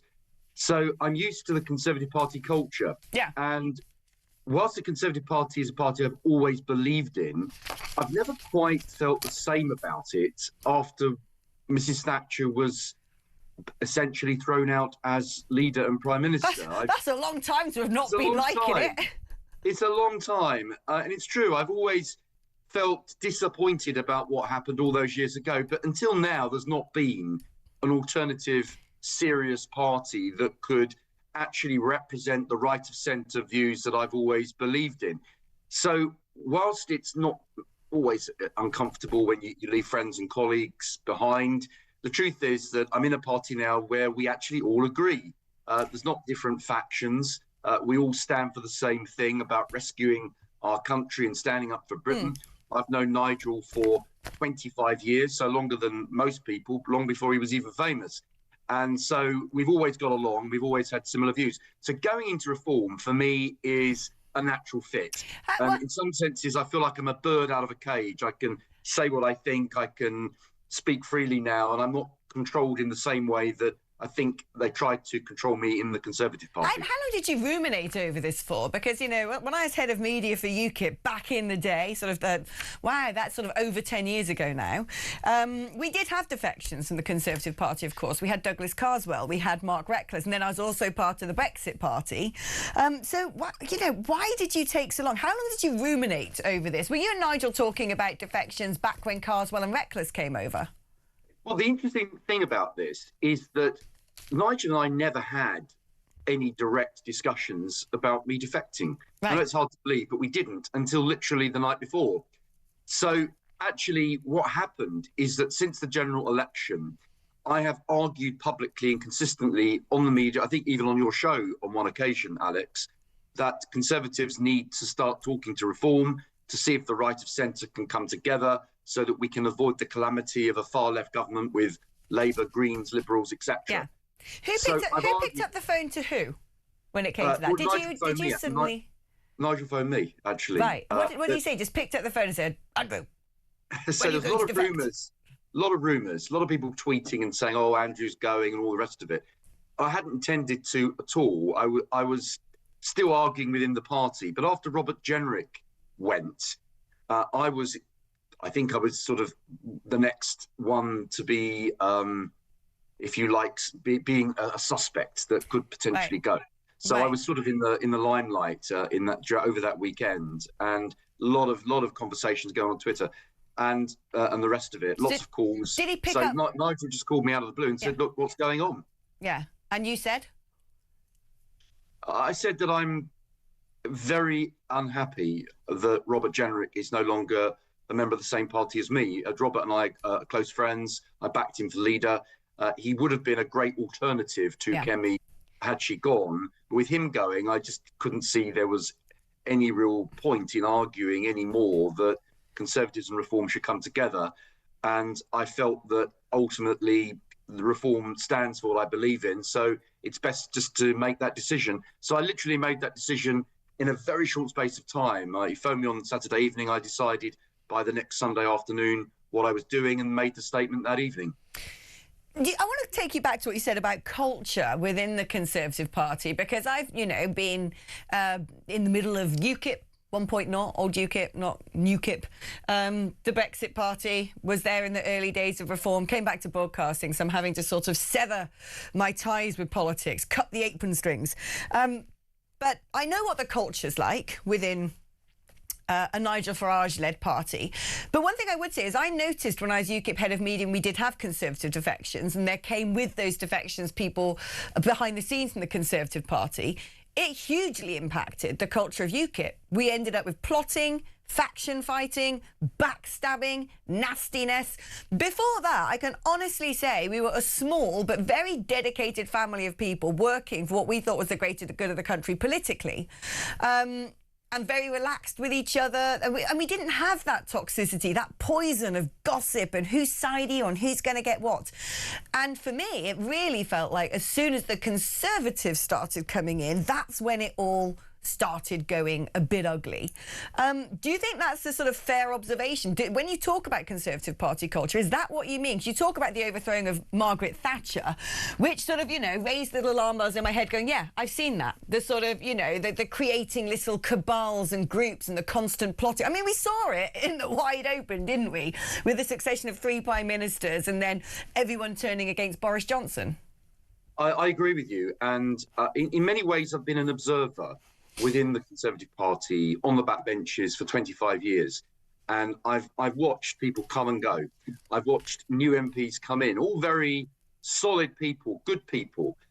But as soon as their eyes are turned to ministerial jobs and climbing the political ladder, something changes. And when they become ministers, many of them, not all, but many of them become a creature of the establishment. The civil servants have massive power, and ministers are there to be administrators rather than actually pursue a vision for the country. And I do think what I said about Margaret Thatcher, that culture still exists, the getting rid of leaders. And we got rid of some leaders I don't think deserve to be got rid of. What happened to Boris, I think, was wrong. I think what happened to Liz Truss was atrocious. And I'm afraid there's too many people looking out for their careers rather than thinking about the best interests of the country. And that's why reform is different. Everyone is focused on rescuing Britain from the calamity of this current government. I haven't seen any infighting or factionalism. Of course, there are fallouts, there are in any political party. But at the end of the day, there is a purpose to reform. I think the Conservative Party the purpose was the same people getting into ministerial jobs again, but without a clear vision for the country. And frankly, I think we've got to pass that now and focus on getting Britain back on the right track. One thing that Nigel often goes on about is having people from the real world within the party, people who have run businesses, etc. But you've been a political creature for a very, very long time. You've been elected for 25 years. But do you think that, and I don't mean this in a rude way, by the way, because one could probably consider me a similar creature. I've always been in broadcasting and or politics. I've never had a business. I haven't got a medical degree or anything like that. But, do you think that you've spent enough time in the real world? What did you do before you essentially became political, before you were a local councillor in Rotherham, and then before you became an MP? What is because I've been on Wikipedia, not that I trust Wikipedia, but I'm scratching around trying to find, the other jobs you did. So, first of all, you said Rotherham, it's Romford. Sorry, I meant Romford. Slip of the tongue. Quite a different place. Very. So, I'm from Romford. I was born there, went to school there, I grew up there. It's my home, so I've lived there all my life. So very much I'm a homegrown MP. I went to school. I didn't go to university. I went to my local comprehensive school around the corner, and I went straight to work at the age of 17 in London, in Park Lane, at a commercial estate agent's, my first job. And then my second job was to work in Fleet Street, and I worked for a newspaper features agency, and that's how I got into journalism. So I then got into journalism and wrote articles and features for publications around the world, not politics, actually, lots of other things I dealt with. And at the same time, I became a researcher for different MPs over the years. So what were those other things, interesting, if they weren't politics? And were they sort of things that you chose, or was it just sort of what you had to do as a jobbing contributor? Right. So what happens, I'm sure you already know, but there are 2 types of articles that go into newspapers. One is news, and the other are features that fill spaces. It could be, it could be an article about cooking. It could be a book review. It could be a travel review. It could be just an historical article. Yeah. So I would pick a topic and write a feature on it, and then it would be published in several different newspapers. What is the stuff? What is the stuff you really like doing? What makes you outside of the world of politics? Anyone listening to this knows exactly what makes me, because it's military aircraft, poetry, Formula One, stuff like that. What are your sort of big passions? So I think one of my greatest passions has been travelling. I like to see the world. I like to learn about other countries. I like to experience different parts of the world, but particularly where there's a British connection. So I particularly like going to overseas territories and crown dependencies and Commonwealth countries where I can explore what our ancestors achieved and what our ancestors built in different parts of the world. And that also reflects my political interests in the Commons, where I do a lot of work on the Commonwealth and on the British Overseas Territories. If I had to stick you in a cannon and fire you off to a different country where you had to spend the rest of your life, where would you pick? So my favourite country to visit, I would say, for pure rest and recuperation and holiday is probably Switzerland. Just love it there. It's a fantastic, beautiful country. I love the mountains and the rivers. I also love New Zealand. I've been to New Zealand many times, and that's a fantastic place to go. But the places I really like to go to are the small places where there is a small local identity of a particular country, where you can, somewhere like the Falkland Islands or Gibraltar or somewhere like that. So I like to go somewhere which is small and unique, where there's a particular local culture that you can actually really get into and explore when you're there. Now, go make yourself a brew. We're going to have a short advert break, but don't go anywhere because we're going to be quizzing you some more just after.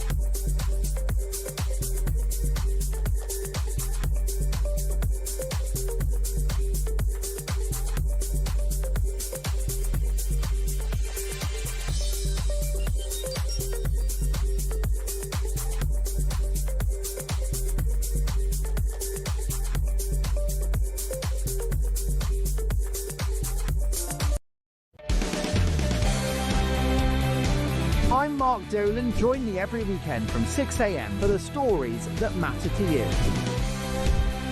We talk politics, we talk news, we talk entertainment, we talk about everything that affects your life. There's only one place to start your weekend, the home of common sense. Talk Breakfast on Talk. 6 a.m. to 10 a.m. every Friday, Saturday and Sunday here on the home of common sense.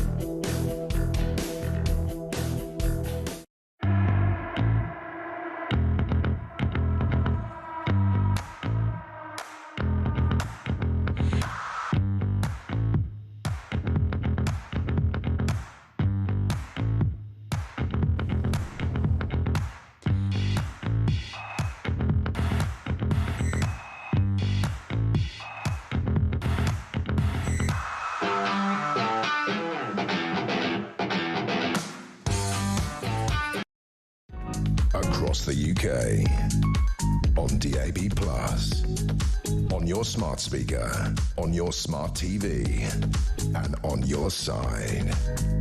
This is Talk. Getting to know you, getting to feel. Is that the King and I? Getting to know you. Yeah. Very, very. I love Julie Andrews. She's still with us, isn't she? We've still got Julie Andrews. Yes, we do. I knew Tommy Bates would know that. She's a blimmin' someone's national treasure. She's not ours. She's America's national treasure, right? Is she British? I don't know. All I know is she's Mary Poppins and she's amazing. Let's bring back in Andrew Rosendale. Andrew, great to have you back. Let's talk. Do you know what? As I sit here and try and fill my face with now ice-cold bacon and eggs because the air conditioning has sort of nuked this into some sort of ossified ice creation. Let's talk food. Are you a cooking man? No, absolutely not. I like eating food, but I don't cook. Are you sort of what would be your go-to? Does your wife do the cooking? So I'm never at home. I'm always out. This is the problem. So going out to restaurants is something you finish up doing a lot as an MP. You get invited out to things. Last night was a fantastic dinner at Grosvenor House for Lord Ashcroft's 80th birthday. So I'm very lucky in the sense that I go to lovely places to eat, but actually, at the end of the day, what really matters is the people you're with. So that's the most important thing. Favourite food? Oh, roast beef and Yorkshire pudding. How very British. Do you sort of explore other, other cuisines, or are you sort of quite straight down the line? If you travel, you inevitably try all kinds of different foods from all around the world, and some of it I like, some of it I'm not so keen on. But what's important is that you eat sensibly and healthily. I think a lot of people eat too much. I think that it's best to eat wisely these days and stay healthy. Are you a bit of a boozer? I do drink, yes. I wouldn't say I'm a boozer. I very rarely drink to excess, if ever. But yeah, I like a drink, and especially if you're with friends and socialising.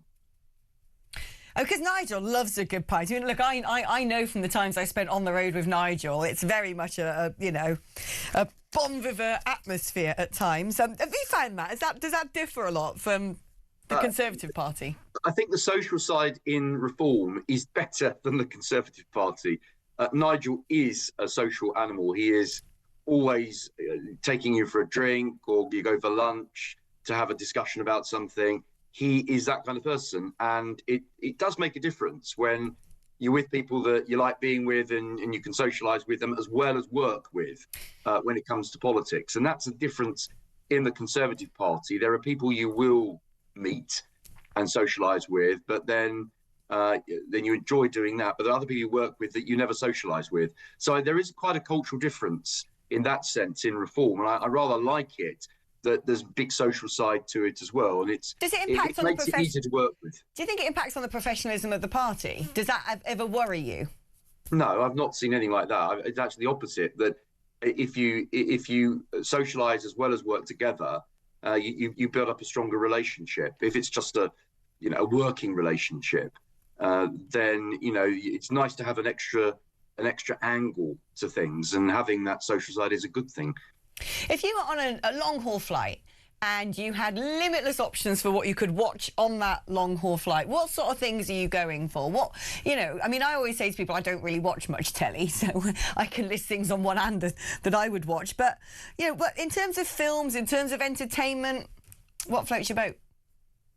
So I'll be honest with you, usually if I'm a long-haul flight, I usually try and catch up on sleep, because as an MP, I get very little sleep. I probably get out 4 or 5 hours a night. Let's get the juicy bit of this answer. What do you watch? But the films, right? So I don't think there's a particular type of film, but I do like old films. So if it's a James Bond film, I'll definitely be watching James Bond. That's one of my... Oh, who's your favourite? Well, I bet you're Roger Moore, aren't you? Was the one I grew up with. Roger Moore was one I grew up with. But I also like Pierce Brosnan. But any James Bond film, I'm glued to it. I love it. And in terms of what do you do outside of politics? You're a golfer. Do you play tennis? Do you do gardening? I'm afraid, Alex, that just the politics. Being an MP is just 7 days a week. If normally, even on a Sunday, there are things I have to be doing, events to attend, going out campaigning, meeting people for different reasons. So you very rarely get a day off, frankly. Most people have time to do all these things. Most MPs don't, because we are so dedicated to the job.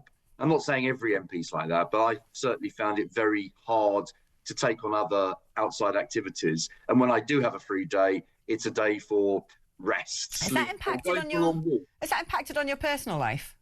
Not really. I mean, it's a matter of choice, isn't it? You do what you want to do in life, and that's the way it should be. So I go for long walks. That's a great way of clearing your head, getting some fresh air, getting a bit of exercise, and seeing new things. So I tend to find a distant bit of London, and then I walk back into London. So that might be like a 15-mile walk. Do you ever get lonely? Or something like that. Do you ever get lonely? No, because I'm always seeing people. I'm always in contact with people. In fact, there are times when it's nice to have some hours where you're not speaking to people and you're not in other people's company. You need a bit of personal time. So I think actually I very rarely feel that I'm lonely, because there's always someone somewhere that I can talk to or see if I need to see anybody. Have you got kids? No, I'm afraid I don't, no. Is that something... Is that I've had something that dogs, you but not wish kids. you had done, or something you always plan not to do? I don't think it's the sort of thing you in life, like a lot of things, things happen or they don't happen.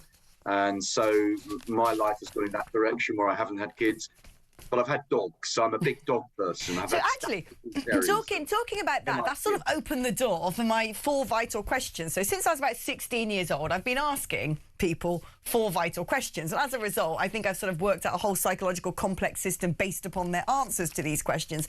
Given that this is now about 25 years worth of data collection, so my sample size is quite good. So let me run them past you. So first of all, cats or dogs? Dogs. Yeah, I guessed that one. Okay, old Mini or new Mini? New Mini. Ooh, why so? Because the new Mini, the ones I've seen, I mean, I suppose it's not what I should be thinking about here, but I've seen them with a huge Union Jack on, and I thought, isn't that fantastic? Wouldn't it be good to drive around one of those? They're made by BMW, come on! The old ones are the proper British Patriot vessels. I thought you might be an old Mini guy, I must admit. OK, when you play Monopoly, what piece do you use, what do you buy? Gosh, I haven't played Monopoly for years.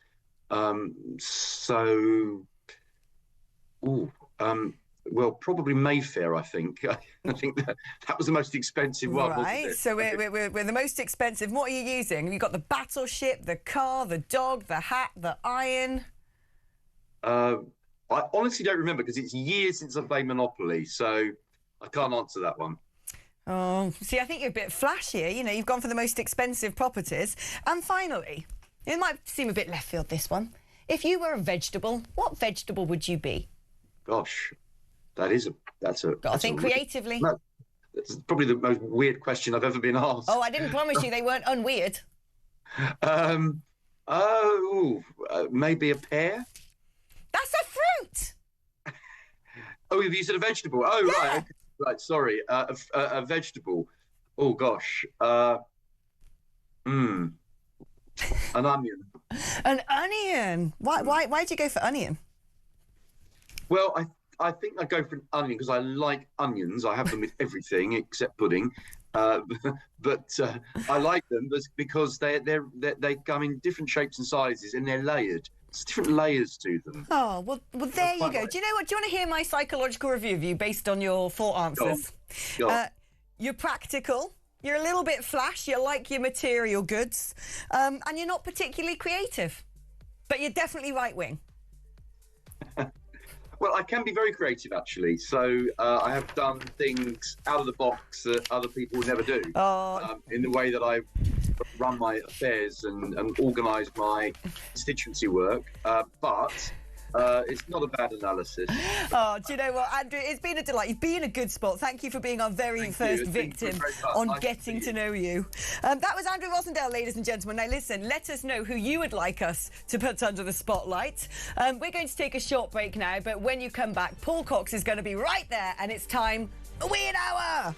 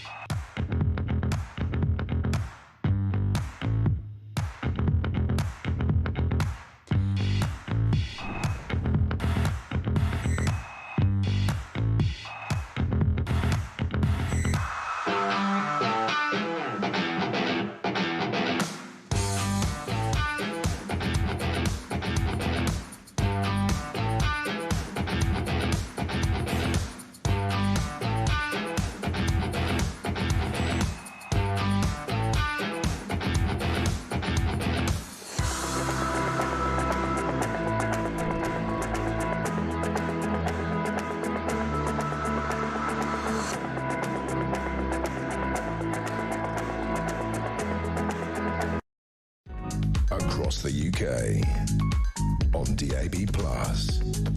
On your smart speaker. On your smart TV.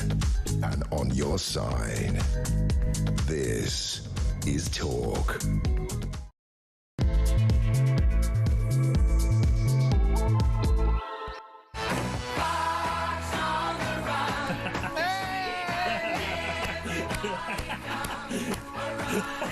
That is what Tech Op has picked for you. I've never heard that song before, but you know. It's the right energy, I think. It is. This show is. I don't know quite what I'm making of my own show right now. It's sort of. We're piloting things. We're trying things. Yeah, we're sort of chucking a few ideas around. It's radio tapas. It's the most interesting tapas I've ever had, because we went from sort of Archie Manners, who's basically just a human power station. Like one of the most insane people I've ever met, and I love him, to then sort of switching back to Claire Coutinho and being very serious about the energy crisis.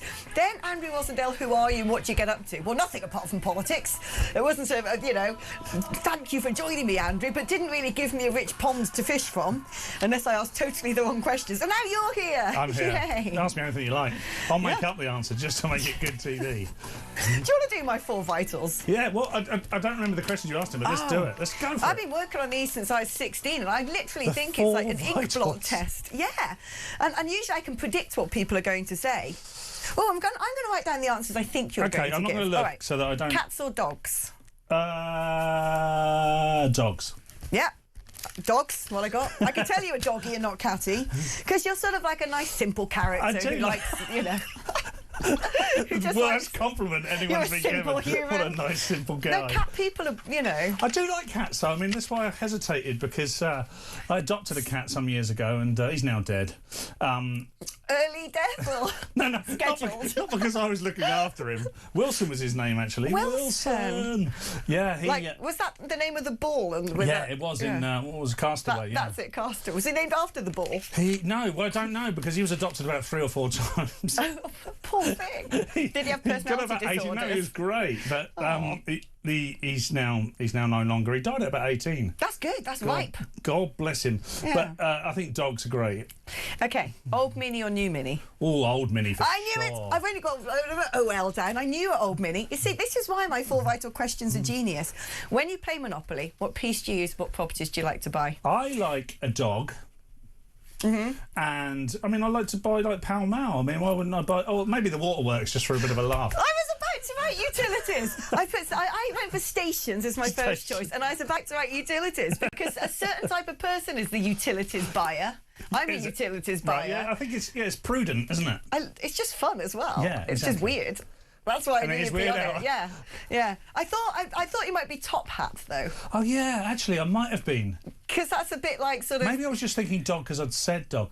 I'm a simple man. You're a simple man. Those neural pathways aren't well developed. So this is why I think you try it at home, ladies and gentlemen. Nick my 4 vital questions. Now, this is the one that I'll never know how someone's going to answer, but I judge a lot of the way their brain works from it, which is, if you were a vegetable, what would you be? I think like an edible vegetable, not a kumquat. That's a fruit. Why is everyone picking fruits? Can I be a squash? Yeah. Thank you. Why? Just because it's kind of round and squidgy, and they're quite joyful, aren't they? Yeah, a squash. You're always happy to see a squash. They're quite fun to eat. Seldom are they in the mix. like me, I'm only chosen by you, Alex, and Just me. and the occasional other weirdo. But no, they come in all sorts of beautiful different colours and formats. They do, as well. and that's me. You are of many colours. And beautiful. Thank you. Now we've got that out of the way. Yeah. I do think they work, though, these vital questions. They've been, serving me well for a long time. I basically can sort of talk to someone above, a man's chatting me up, whip out my 4 questions, and I'll know. I'll know straight away if he's my person. Have you done this before? So a guy comes up to you, says, do you come here often? And you go, cats or dogs? What sort of vegetable would you be? And he goes, I don't know, I'll see you later. I'll tell you who I would never go on a date with. Who? The combination of the dog and Old Kent Road. Oh, Those are socialists. They're the sort of people who stitch things on backpacks and go on socialist workers' parties marches. What is it with the backpacks and the stickers and stitching things on? You're really just earmarking yourself for us to know who you are. I'm telling you, those people are dogging Old Kent Road, always. Yeah. Right, Chris is nagging me. We've got to get back to the news stuff. Yeah, we probably should produce something. So let's talk about, have you seen these left-wing activists whose new pursuit, they're called Take Back Power, which basically, they're liberating, this is their own words, liberating produce from the branches of Sainsbury's, Morrison's and Tesco as non-violent action to resist the super rich. And they're the typical ones, you know, they're all the sort of Dorises and Camillas and, you know, sort of... Where do they bring... What I want to know is, what life have they led to get to this point where... Let's face it, in their autumn years, where they've got lots of experience, they think, I know where I'm going to get to the man. I'm going to steal stuff. I don't, because it doesn't, by the way, it doesn't affect anybody that they're trying to affect. A lot of the shops they're stealing from are franchises, are owned by essentially small to medium business owners that are struggling to pay everything anyway and struggling to make any profits, and now you're stealing their profits from them to prove that you're a good person. These people are mental. Putting up the cost of food, basically. Yeah, and as if we need that right now. Because everyone, I mean, when the supermarkets all went to the sort of, you know, do-it-yourself checkouts, I hate those, but I still use them. But they sort of priced in the fact that people go on the rob, and so put their prices up. They do, yeah. And I wouldn't steal, but if you were going to, like, for instance, an idea is like, if you can't afford an avocado, just scan it through as an onion. Look what I've got. You're not... Look at that. You've got avocado. We've got millennial. Yeah. Alex is very middle class. The food of the middle class. You'll be out there stealing from Waitrose to make a point, won't you? Yeah, exactly. No, what I'm going to do? I'm going to steal from the food banks and put it back on the shelves. I'm going to reverse crime. Honestly, we should do that and film ourselves. You and I just running into a food bank. You there already received benefits. Half of everything I own goes to you anyway. You don't need these beans. They're going back to Waitrose. Thank you very much. I like capitalism. I really love the idea that we would just run in. Give me them Cocoa Pops, and then put them back on the shelf. Marked up at a 200% in the most expensive supermarket as well, straight into Waitrose. Whole Foods. Yeah, Whole Foods, yeah. We'll start nicking from food banks and giving it to Whole Foods. I think this is a great idea. Why not? It's as mental as their idea. Have you seen the thing in America, though, where they've got this masked mob who's stolen £1.2 million worth of jewellery in 70 seconds? Yeah, that's impressive, isn't it? We could do with ingenuity like that here. Oh, they're coming, don't you worry about that. Yeah, Since Doris and Mabel have gone on the rob and the masked bandits on the line. There's no Doris and Mabels in that group. By the way, you know, the Labour government have been stealing from us every day at that sort of rate, haven't they? Do you know, £10 billion a year goes to net zero. So Ed Miliband's absolute ideological nightmare costs £10 billion a year, and every week you and I will discuss somewhere, how can we find money to do something worthy, like, you know, stop children from starving or whatever, or build an Iron Dome over the country? So you can't have that, though, because if we're going to have any sort of defence systems, they're just going to be munched up by Ed Windmill. Just get cut to the point. Ed Gastric Band. Ed Military Band. But no, they're all going to be munched up by his blimmin' windworms. He's mental, by the way. We're going to look back. So our period of life, the life we're lucky to live in this time, they're going to look back. They're going to study it. I mean, the COVID times, mental. Absolutely mental. So mad. And then since then, it's got progressively more mental. I was thinking this the other day, when I was thinking of what we're going through, you know, back when I was like a kid, there were no mobile phones. Nothing. There was about 4 TV channels. Exactly. People had perms. That was weird. Yeah, and I haven't even paid for this one. Exactly. That was the most inexplicable thing about the 80s.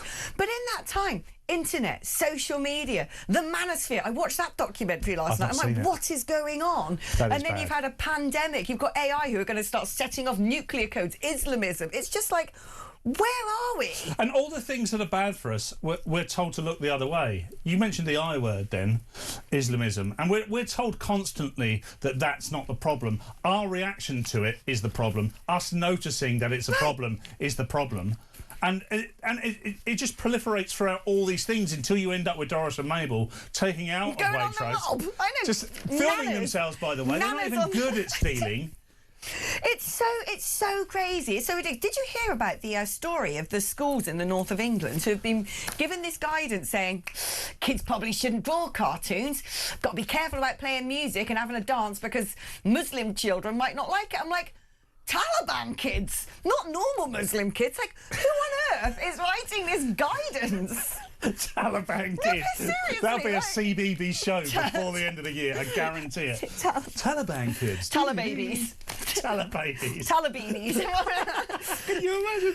Yeah, it's absolutely bonkers. Back in It's our so day, crazy. if you were Jehovah's Witness, you were told to leave assembly. I remember when our assemblies, as I was growing up, Yeah. it was all give me a channel of your peace, sing song, maybe something from the Bible, and the Jehovah's Witnesses, God bless them, they didn't care if they're God bless, would just be asked to leave and they'd go and sit in the Jehovah's library. Witnesses enjoyed God.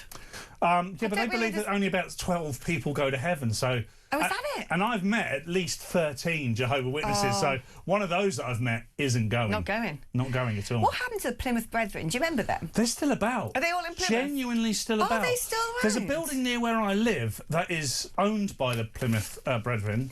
Really lovely building. Never see anyone That's go in because and you're out of down it. in Hampshire. I'm in Hampshire. Yeah, fun stuff happens. Yeah, down there. so they're still there. I don't know what they do. But I'm kind of starting to envy these little clans and Me groups. too. Because why can't I join one? I'm kind of thinking, you know, in about 10 years' time, I might go and be Amish. It looks like a nice life. And by the way, the Amish are totally unaffected by everything. Fuel prices, they're not even mechanised. The manosphere? No, they don't know who Andrew Tate is. They don't care. Like any crypto crimes, they don't care about any of that. AI, that's not going to affect them. Nothing. They're just living their life, making 7 children per adult. I think it looks like a great idea, to be honest. I like pets and horses and things like that. I think this could be something that we start. Did you watch the rugby yesterday? I didn't, unfortunately, because I was working. I heard the weirdest bit of commentary in the rugby. Well, I swear to God, because I was watching it with Samara, who's joining us in half an hour, live from the Al Quds protest. Can't wait for that one. Unbelievable. by the way. I was watching it with Samara, and we both heard it, so it was definitely spoken, where the commentator described the rugby as agricultural. It's a very agricultural game. I was like, what? What did they mean by normally you describe something as agricultural if it's a little bit basic sometimes? I mean, I would have maybe I missed the bit where, you know, it does. where Genge got someone in the wheelbarrow post and just ploughed the field with their face. I don't know. Quite a game apparently, wasn't it? Was this the it France was very game? good. You missed out. It was one of the best. I mean, Samara, despite being Australian, had never watched rugby before, and I was like, that's not good enough. You were once our colony. Now it's time to learn, That's young really lady. unusual. Most Australians are into rugby, unless they just Aussie rules. No, but I mean, she's into it now. She watched it. She's like, this is amazing. And I was like, oh, let's not tell her that it's not always this good. It is the thighs. Oh, that does help. It's actually, one of the first things she said is, their shorts are very short. And I'm like, exactly. Yes. And then after that, because we'd got ourselves sort of in a certain mood, I was like, right, time to watch Gladiators on iPlayer. That's your go-to, isn't it? We've spoken about this before. Violence just get the and clean Gladiators clothes. out. Oh, yeah. Yes. Yeah, I've got Scantily my head clad men and screwed on women, me. I love rough it. and tumbling. Have you watched the new Gladiators? I haven't, unfortunately. I've heard about it. I mean, I was a big so fan of the good. old Gladiators, but it feels like it's followed the same trope. They haven't gone all woke or anything, have No. they? It's not like... No, far from it. In fact, the spandex is more spandexier. Nice. And you know, they used to be wolf. Yeah, Everyone remembers so wolf. they've got like a wolf character, haven't They've they? got a wolf character who's even more mental. Sniper or something? Viper. Sniper's a whole different game. When I was trying to explain Gladiators, there we go. When I was trying to explain Gladiators to Samara, she had no idea what it was. I think she thought it was something very serious. Right. And I was sort of listing my favourite Gladiators. And I was like, oh, there's this one Cyclone and Steel. And then I don't know what she thought I was talking about, because she just opening the fridge and said, what about industry? Imagine that Gladiator. What? The dullest Gladiator, just grey building. Industry. Unbelievable. What's that just as? What would be your Gladiator name? Oh, I don't know. I don't know. Piggy? Piggy? Gammon. Gammon Man. Gammon Man. Oh, I love to hear it. Honestly, it's brilliant. I can't stop banging on about the current Gladiators. It's really good. Because I'm a stand-up comedian, I tend not to see anything at the weekends. So I don't get to see any of this stuff. But I've heard these things are available on the internet after the event now. Yeah, you can watch it on iPlayer. Exactly, so I might have to do that. You've got a TV licence? Yes. Then it's all good. Yes. You're underusing that thing. I say get on that iPlayer, Yeah, squeeze as much juice out of it as possible. You pay enough for it, don't you? You do. It's ridiculous, isn't it? It's mad. Let's not get into that. Let's not get into that. But do call in if you're a big fan of the licence. Oh, I'd love to meet someone who's a fan of the licence fee. If you love that licence, we want to know who you are. And tell me what gladiator name I should be. Yeah, actually, that's a good point. What is Paul's gladiator name? 0344 499 1000 is the number to call, or to send a WhatsApp, or leave a voice note. 87222 is the number to text. You've got to write the word talk before you text. You have a little break and Why not? plot what we're going to talk about Yeah, afterwards. We need some thinking Let's time, make the listeners think that we've planned this. Exactly. Right, we're back just after this.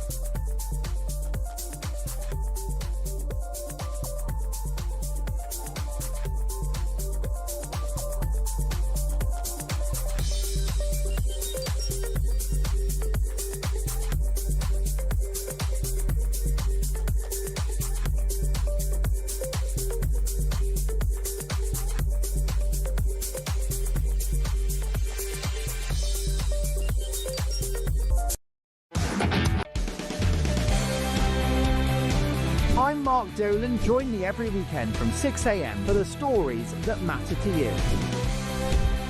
We talk politics, we talk news, we talk entertainment, we talk about everything that affects your life. There's only one place to start your weekend, the home of common sense. Talk Breakfast on Talk. 6 a.m. to 10 a.m. every Friday, Saturday and Sunday here on the home of common sense.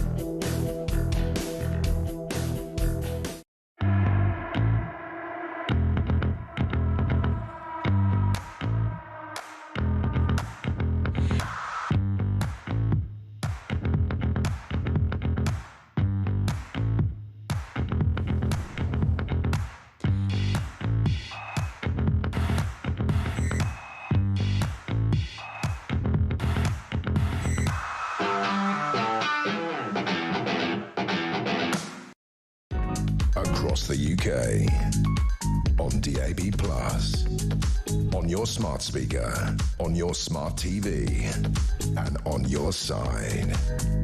This is Talk. Oh, well, that's it. This is not what we were going to talk about, but apparently Tech Op Dave decides by playing certain musical beds. He secretly conducts the whole operation from behind the glass. He just sort of presses buttons. And we were going to talk about Deborah Meaden, who, you know, may or may not connect to this music, probably not. No. But instead, let's talk about Trump's UFO files. Yeah, look, I really hope that I'm a believer. Yeah, me too. I really am, but of course I am. It's slightly weird, and I'm absolutely all invested. I love it. Are you sort of across all the sort of because I'm quite serious about this stuff. Like, to me, I want the testimonies. I want the sort of same thing they've done Congress in America over here. I want to know what goes on at Porton Down. Have you ever been to Porton Down? No. I have. I've been inside as well. How did you get in there? Well, I used to, back in the day, I had a real job. I did I got like a qualification, and then I went in an office for a lot. And this involved going to Porton Down. And what sort of job is this? I worked in the defence industry for a while. Did you? Unbelievably, yeah. I've worked in defence and transport before I became a clown. And I generally had a real job. People worked for me. I was in charge of budgets and everything. Can you imagine this? Wow. I mean, most people think that I can't tie up my shoes. And I do have slip-ons today because it's just easier for me because I haven't got the 45 minutes it takes to do your shoes up. But, yeah, I used to. Porton Down's weird because there are rooms in there with monkeys and you want to test on, you know. I don't know what they test on there. So hold on. So first you go. I'm guessing it's sort of like you go down a long sort of track, and there are sort of chicken wire fences, a big gate with someone in a cabin and stuff like that. You've got to, it's full on security. You've got to go in and And you go in through the gate, and what is it like? A sort of network? This sort of single. Have you ever been on any military base? But yeah. So it's not too dissimilar to a military base, really, where there's lots of sort of buildings and this and huts, and you drive around in the car and you get taken to somewhere and you go and speak to someone. I think I was talking to someone from NATO in there, actually. Nice. This doesn't sound like me, does it? It sounds like I'm describing another character. But yeah, I think I was talking to someone from NATO. I probably shouldn't say any of this stuff, but it doesn't matter now. But can you wander and just poke your head around the door? Like, what's that about? You cannot do anything without... Yeah. No, it's like I went to the House of Parliament the first time a couple of weeks ago. Actually, the security was much tighter there than anywhere I've ever been military-wise. You can't walk longer than about 100 metres without anyone checking who you are. And I was with an MP. Yeah. It was a Lib Dem MP. Let's go back to the monkeys. Yeah, sorry. So what sort of weaponry were you into that you got to go into the monkey lab? So I worked with a company that built sort of systems that supported defence. I worked for Serco, actually. Oh, Serco. Isn't that French? Yeah, it's not French at all, no. Just invented something, never mind. No, I don't think it... Maybe it's in its very early origins it might have been because it was to do with radio, but... Monkeys! You've got a producer in your ear going, please get him to do something. He's not, but I want to know about the monkeys. Yeah, so the guy I was with who was driving me around to take me to his office, he said there's monkeys in there. And that was it. The rest of the time I was completely distracted. You didn't see the monkeys? Why can't we see the monkeys? I could see kind of cages through the window. Genuinely, I'm not making this up. And I don't know what they were testing. I assume just Velcro or whatever. I don't know what they were testing Velcro on monkeys that brought them down for the sake of national security. I didn't want it to be anything nasty, so I just imagined it was. They were teaching monkeys how to use Velcro, which is a big deal. Maybe they were sort of training the monkeys to run the country, and now it's come to fruition, and they're in our cabinet. Yeah, that's why we've got no blimmin' naval warships, because instead we've got a fleet of monkeys at Porton Down. We're just ripe for picking, by the way, aren't we? And the fact that we keep talking about it, HMS Dragon took 3 weeks to get out of Portsmouth because it was the only one that was slightly near ready. Yeah. And now it's going to get to Cyprus, I think, by 2028. If you actually put it all together, you've now got this story that Ed Miliband's windmills will take down anything we need to sort of use as anti-missile defence. Yeah. They know we've got no boats that work. Yep. They know basically what we've got in our weapons supply, whoever they are, Russia, because we've been giving it all to Ukraine. They know that we've only got 1.5 days worth of energy reserves. I mean, basically, if they wanted to come and completely do us over, absolutely, it's too easy now.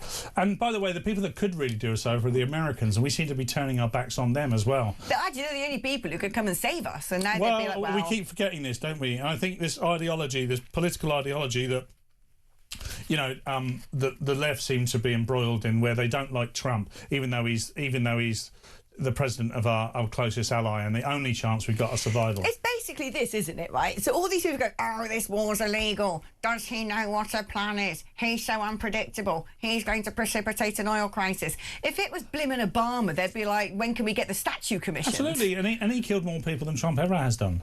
Like, this is... I was talking with Archie Manners earlier about how much we're loving this war. In a sort of... When I say that, civilian deaths very, very low. I'm laughing. No, but it's true. It's actually, there's so many... It's so strategically brilliant. They're just going after, bam, you tried to build those weapons. Ha, now you can't. Oh, want to pump up your economy? Ha, now you can't. The only thing I do wish is we did know what success looked like. I'm very hopeful that they do know what success looks like. And what's the Manus? What's the bit where all the Hormuz? What did you call it? Mamoose, I think. Mamoose. I think was I feel like exotic mamoose dancer. Is actually, I feel like mamoose is a word. Papoose. What is a papoose? Lovely mamoose. I don't know what mamoose is. We need to now know what a mamoose is and a papoose. but what's it called? Is it Strait of Hormuz? Yeah. Nothing to do with chocolate mousse or whatever I was talking about. I'm writing down the word mamoose on my bit of paper because is that your gladiator name? Yeah, mamoose. So people have actually suggested your gladiator's name could be Drizzle. Grizzle or Drizzle? Drizzle. Right. Titter. No, that'd be Jack Polanski. Zach Polanski. Lurkio. Right, these are all making me out to be some absolute weirdo. This is Weird Hour. And someone's gone very... I think someone's not understood the gladiators with this suggestion, because we're talking about the children's game show and this person's got Paulus Trollius Gammonius. I'm like, no, that's more the Russell Crowe version of Gladiator. just the Latin version of the People's Gammon. Could you imagine being gladiators like Apollo, Nitro, Paulus Trollius Gammonius? And I just come out eating a Big Mac a bit sweaty. Oh my goodness, I've just got a flashback to something very weird yesterday, which unfortunately you would have missed because you didn't watch the rugby. I didn't know. But for anyone who did watch the rugby, what was going on with the dancing horses with the giant soldier faces? Well, I don't know what you're talking about at all. Did you imagine this? Odd. Before they all went out on the pitch, it was mad. The French had gone, because they were like, we're going to win the Six Nations, our last match is at home, and it's against England, even better, ha-ha. They had really rolled out everything. The pyrotechnics are amazing. But before the national anthems, it was so odd. These two people who looked like crusaders, one in red and one in blue, came out onto the pitch on white horses. Genuine horses. This is actually what Not happened. like a pantomime horse. An actual horse. Apparently it was 100... What was that, Chris? 120th anniversary of something. It was the 120th anniversary of the first fixture between France and England in 1906. Right. Okay, but they didn't play that on horses or apparently. wearing knights' uniforms. They didn't do that in chainmail. The brown rugby ball they brought out as well. Did they put out brown? Yeah, it was just the weirdest thing. Mind you, I remember that Paris Olympics opening ceremony, and I'm like, that was like LSD. that was derived. that was very French. Yeah, and Celine Dion was there, wasn't she? Was she? I think so. Who knows if Just she knows? making it up. I'm pretty sure Celine Dion sung at the opening. Snoop Dogg was there because Snoop Dogg He's just at weirdly has everything, become like hasn't a facet of the Olympics. Like a national treasure. But Hold on, there are so many people in the gallery speaking in my ear. Tommy Bates said something about she was thrown off the Eiffel Tower, and then Chris said she's part of Swansea FC Football Club. is she? Oh, Snoop Dogg owns Swansea. Not Celine Dion. Not Celine Dion. Can you imagine? All Americans are buying football clubs now. Yeah, It's because like- they've got money and we haven't. But why is Snoop Dogg has basically become the new Olympic mascot? He couldn't be any more inappropriate for that exactly. position. He's just like He's like the scrawniest creature on earth. He's constantly filling his lungs with illegal drugs. It's like, and this is your new everywhere around the Olympics, Winter Olympics, everything. There's Snoop Dogg ready to. He's literally monetised crime and rhyme. So he's taken those two things and turned it into. Well, they all did, didn't they? And it's great. I quite like a bit of rap. Actually, you wouldn't believe it. I like a whole genre. I've got a bit of collect. rap. Yeah, I do. You know, I don't feel like I'm quite connected to the culture. Okay, so what is your rap? Your go-to rap? Well, genuinely, B.I.G., Notorious B.I.G. Oh yeah, the 90s era. I never got Tupac. I still don't understand Tupac. For me, it's not too serious. Yeah, I don't. Just something about. I don't know quite what it is. I'm not choosing a gang here, by the way. Don't not the come gang at me. size, really. I have no idea what I'm talking about. You But better yeah, hope that P. Diddy does get locked up, or yeah, you're in he should trouble do, now. shouldn't he? By the way, let's not discuss that because there's probably some sort of libel. But Eminem. Eminem's a poet. I don't really like his music though.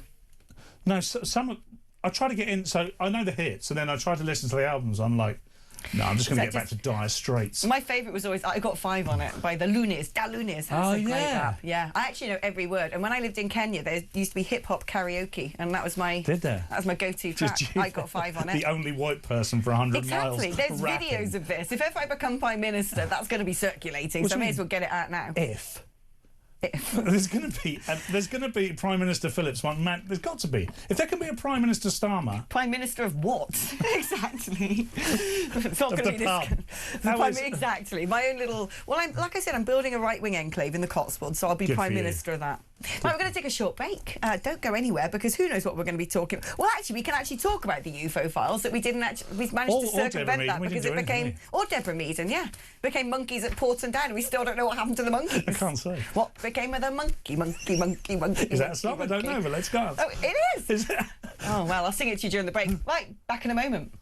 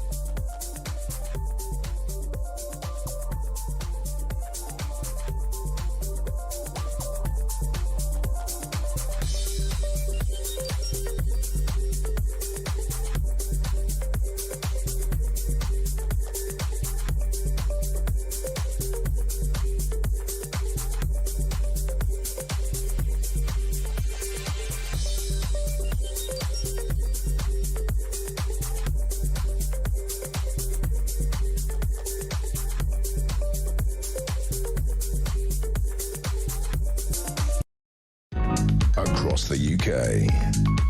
On DAB+, on your smart speaker, on your smart TV, and on your side. This is Talk. What's this? They're really enjoying Weird Hour in the gallery. I know. I feel like... Oh, Tales of the Unexpected. There we go. What was unexpected is during the advert break, Paul suddenly confesses to what he was getting up to at Porton Day. He's like, well, I did sign the Official Secrets Act, so I can't say it on air. And he was just about, like, in the middle of a sentence when we came back, and I was like, whoa. That would have been... Well, all Paul did say, that I don't think breaks the Official Secrets Act, is you can make bombs out of pretty much anything. I'm like, great. Who are you? What do you know? I'm the laughing terrorist. Yeah, you'd be, you know, a solid recruit for the Al Quds protest. I never actually achieved anything. I just managed things that other people achieved. I was very good at I'm very well organised. I know a spreadsheet. I can manage a budget. I can help people deliver things. So you're important down just making spreadsheets? Pretty much. That's I've done some things over the time. I actually worked on London cycle hire. When it was in its very first inception, I helped deliver London cycle hire to the streets of London. Boris bikes. So I went from like stuff that we were talking about in the break to taking that skill set and helping deliver Boris bikes. I prefer the monkeys, if I'm honest with you.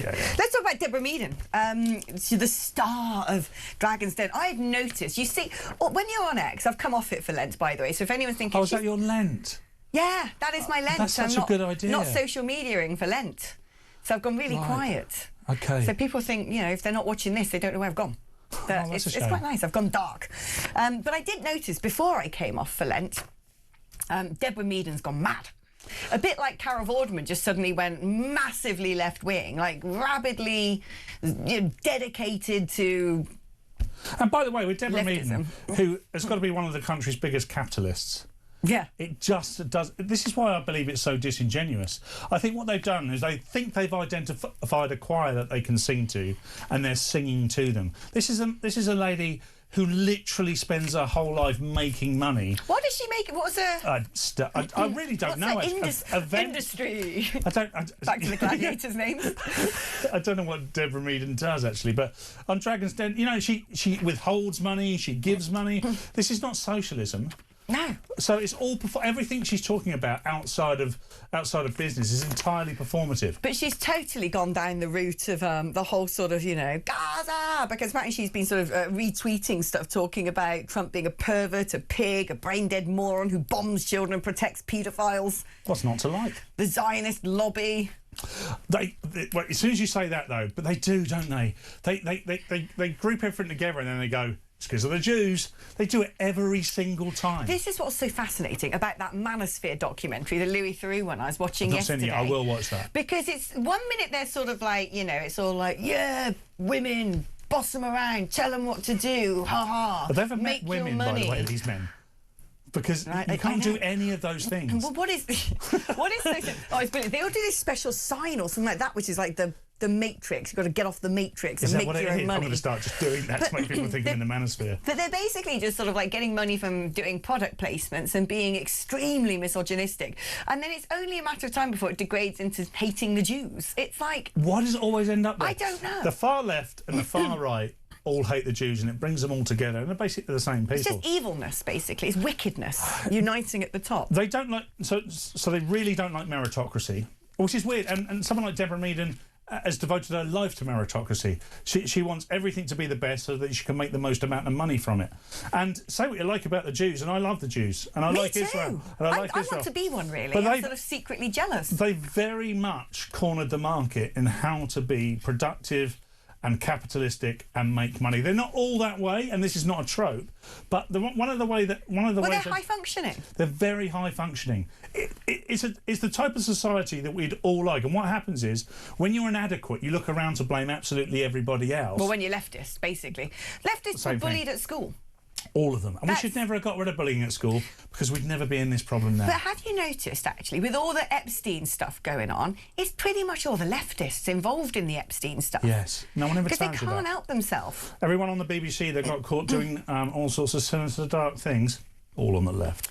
Exactly. I mean, it's not a laughing topic, particularly. Let's go down the route of the Botox injections, because that we can laugh about. The fact that Mandelson was asking Epstein when he was under house arrest to book him in for Botox in New York. What I want to know is, why can't these people book themselves in for Botox? Why? I don't know. At what point do you get to in wealth and notoriety where you stop just doing anything for yourself? I can't. I don't like to put on others, so I can't imagine I'd ever get comfortable with getting someone to do absolutely everything for me. I'd quite like someone to be a PA for me, just so they could do. Oh, I'd love a PA. That would be amazing. Yeah. And I run a bunch of comedy clubs, and I do have a lady who works for me who is brilliant and does essentially do this job for me occasionally. Is she called your PA? She's not. If I called her that, she probably wouldn't be with me tomorrow. She's amazing. Her name's Phoebe. She's absolutely fantastic. What's her surname? I'm not going to say on it. Because if it began with A, then she could. No, it begins with. PA. Do you know what she is? She won't mind me saying this. She's a full-on lefty. One of the reasons I've done this is because I'm not known as being a lefty, because I'm not. But I run comedy clubs for everybody. Comedy beard. So I said, can you help me connect to the left, because that's where a lot of the comedy is. It's not funny, but the audience like it. And she's great, but I spend most of my time sort of asking her what I should be doing next, which is great, which is absolutely great. So I can understand, but I don't understand why they get to this point where. And by the way, I don't think he's got any decency, Mandelson, whatsoever. The more we learn, he's so grim. And let's just make this what it is. This is the end of Starmer, and he's only clinging on because he's a Labour. Well, he's a Labour politician, and they're the only people who don't have any scruples whatsoever. The reason that the Tories, and I'm not suggesting we should vote Tory, but the reason the Tories had so much turnover at PMs is because they had this line of decency. They had a boundary where they said, we'll go so far and then we'll have to go. Well, I don't know. It was also a bit of a, just a blood sport for them, plotting to get rid of leaders, wasn't it? Because I just thought the things that brought down Boris Johnson were just small fry. OK, you don't like his politics, the Boris wave, net zero, I can get on board with that as a reason to boot him out. But donors giving him money to put wallpaper in Downing Street is just not a thing. I don't care. It's not interesting. But it didn't happen. This gold leaf stuff, wasn't it? And also the donor. I don't understand what the outrage was about that, because, that wasn't our money. A donor gave it. Who cares? And what's incredibly remarkable is they don't live by the rules that they set for us. But because, you're describing that exactly there, and obviously Boris Johnson spent 5 minutes in the room, you're not allowed to eat cake, you're eating a cake. But that's the thing, one of the things that technically brought down Boris Johnson weren't things that he did. So, the donor gave the money for the wallpaper, and who cares, everyone redecorates a house when they move in, non-story. The COVID party thing, well, someone just said, come on down here, surprise, happy birthday. Oh, well, you've got to be, sacked for having a surprise party given to you. That was mad. And then finally, the final straw in theory was because Chris Pincher had lived by his name. He was literally pinching. He was pinching things. Well, pinching bottoms maybe. Who knows what he was doing. But also, Boris Johnson didn't do that. And that brought down Boris Johnson because, he wasn't hard enough with Chris Pincher. You've got blimmin' Starmer appointing somebody who is hanging out with a pedo, who the security services are saying this is going to be really dangerous for you, who we're now finding out was asking this pedo when he was under house arrest for Botox and drugs. And Starmer's still there. And all those mad ones from Sky and the BBC aren't standing outside Number 10 going, when are you going to resign? But are you going to resign? What they don't realise is they will be held to account. They'll be held to account by the electorate, and when the electorate make their decision, those politicians will hold those politicians to account. They'll also hold those media companies to account as well. If you are now in mainstream media and you're quite happy that Keir Starmer is doing everything that he's doing and employing paedophiles and saying sorry for it, it's not the right way round. You say, sorry, I never will employ a paedophile, and then not the man that's a paedophile sympathiser, just to make sure that I don't get This sick. is why you should work in HR. Yeah. Human remains. But they will all be held to account at some point, because what you'll be able to do is hold a mirror up. You'll be able to go, look, you cannot judge us. You are in no position to judge us. This is the future government, whoever that might be. You cannot judge us because look at how you behaved when these crimes happened. Because they're literally crimes. What's going on with the grooming gang? It's a crime. We should see custodial sentences for MPs and anyone in power who's coming up for it. I totally agree. I think there is so much, and it's not because, of course, I've got, bias in terms of my own political leanings and how bad the Labour Party are, but the stuff that this lot are doing is insane. And even if they're not doing it, they're enabling it. Like, I was listening to good old Joe Rogan last night as I was trying to nod off. It never works because I get too into the episode. It's too good. He's speaking to Konstantin Kissim and Francis Foster. I was about to do, and the other one, Friends poor Francis. It's always like Konstantin and the other one, and Francis laughs about that. I love him for that. It was them, and Joe Rogan's like, wow. He's like, they're putting people in jail for the free speech, they're getting rid of jury trials. And that, I mean, this is the most mental thing I've read all week. So this is what I was talking about. Children's drawings could be considered blasphemous. Music and dance lessons could contravene the teachings of Islam, issued to teachers all across the north of England. Like, why on earth are we saying to teachers, those kids you teach, well, the Taliban doesn't want them playing. Yeah, how dare Sir Jim Ratcliffe say that we're being colonised in some way? I mean, there's a reason that's geographically where it is, because large swathes of the Muslim population in the UK are based across the north of England, and they are co-opting every single system. They're a very loud bunch, so that the squeakiest wheel gets seen to first. And they put their religion in front of absolutely anything, in front of themselves, in front of looking after their wife and daughter, in front of the country. And what we're seeing now is this systematic breakdown of our values and putting in place their values, which are of no value to us whatsoever. They don't serve us. Well, they hate us. I mean, this is the mad thing. It's a perfect, actually, moment to take a break, because when we come back the other side, we're joined by Samara, because she's at this Al-Quds march, and that is terrifying. All right, let's have a break. We're going to go straight to Samara after, and then, well, lots to talk about with that one. Don't go anywhere.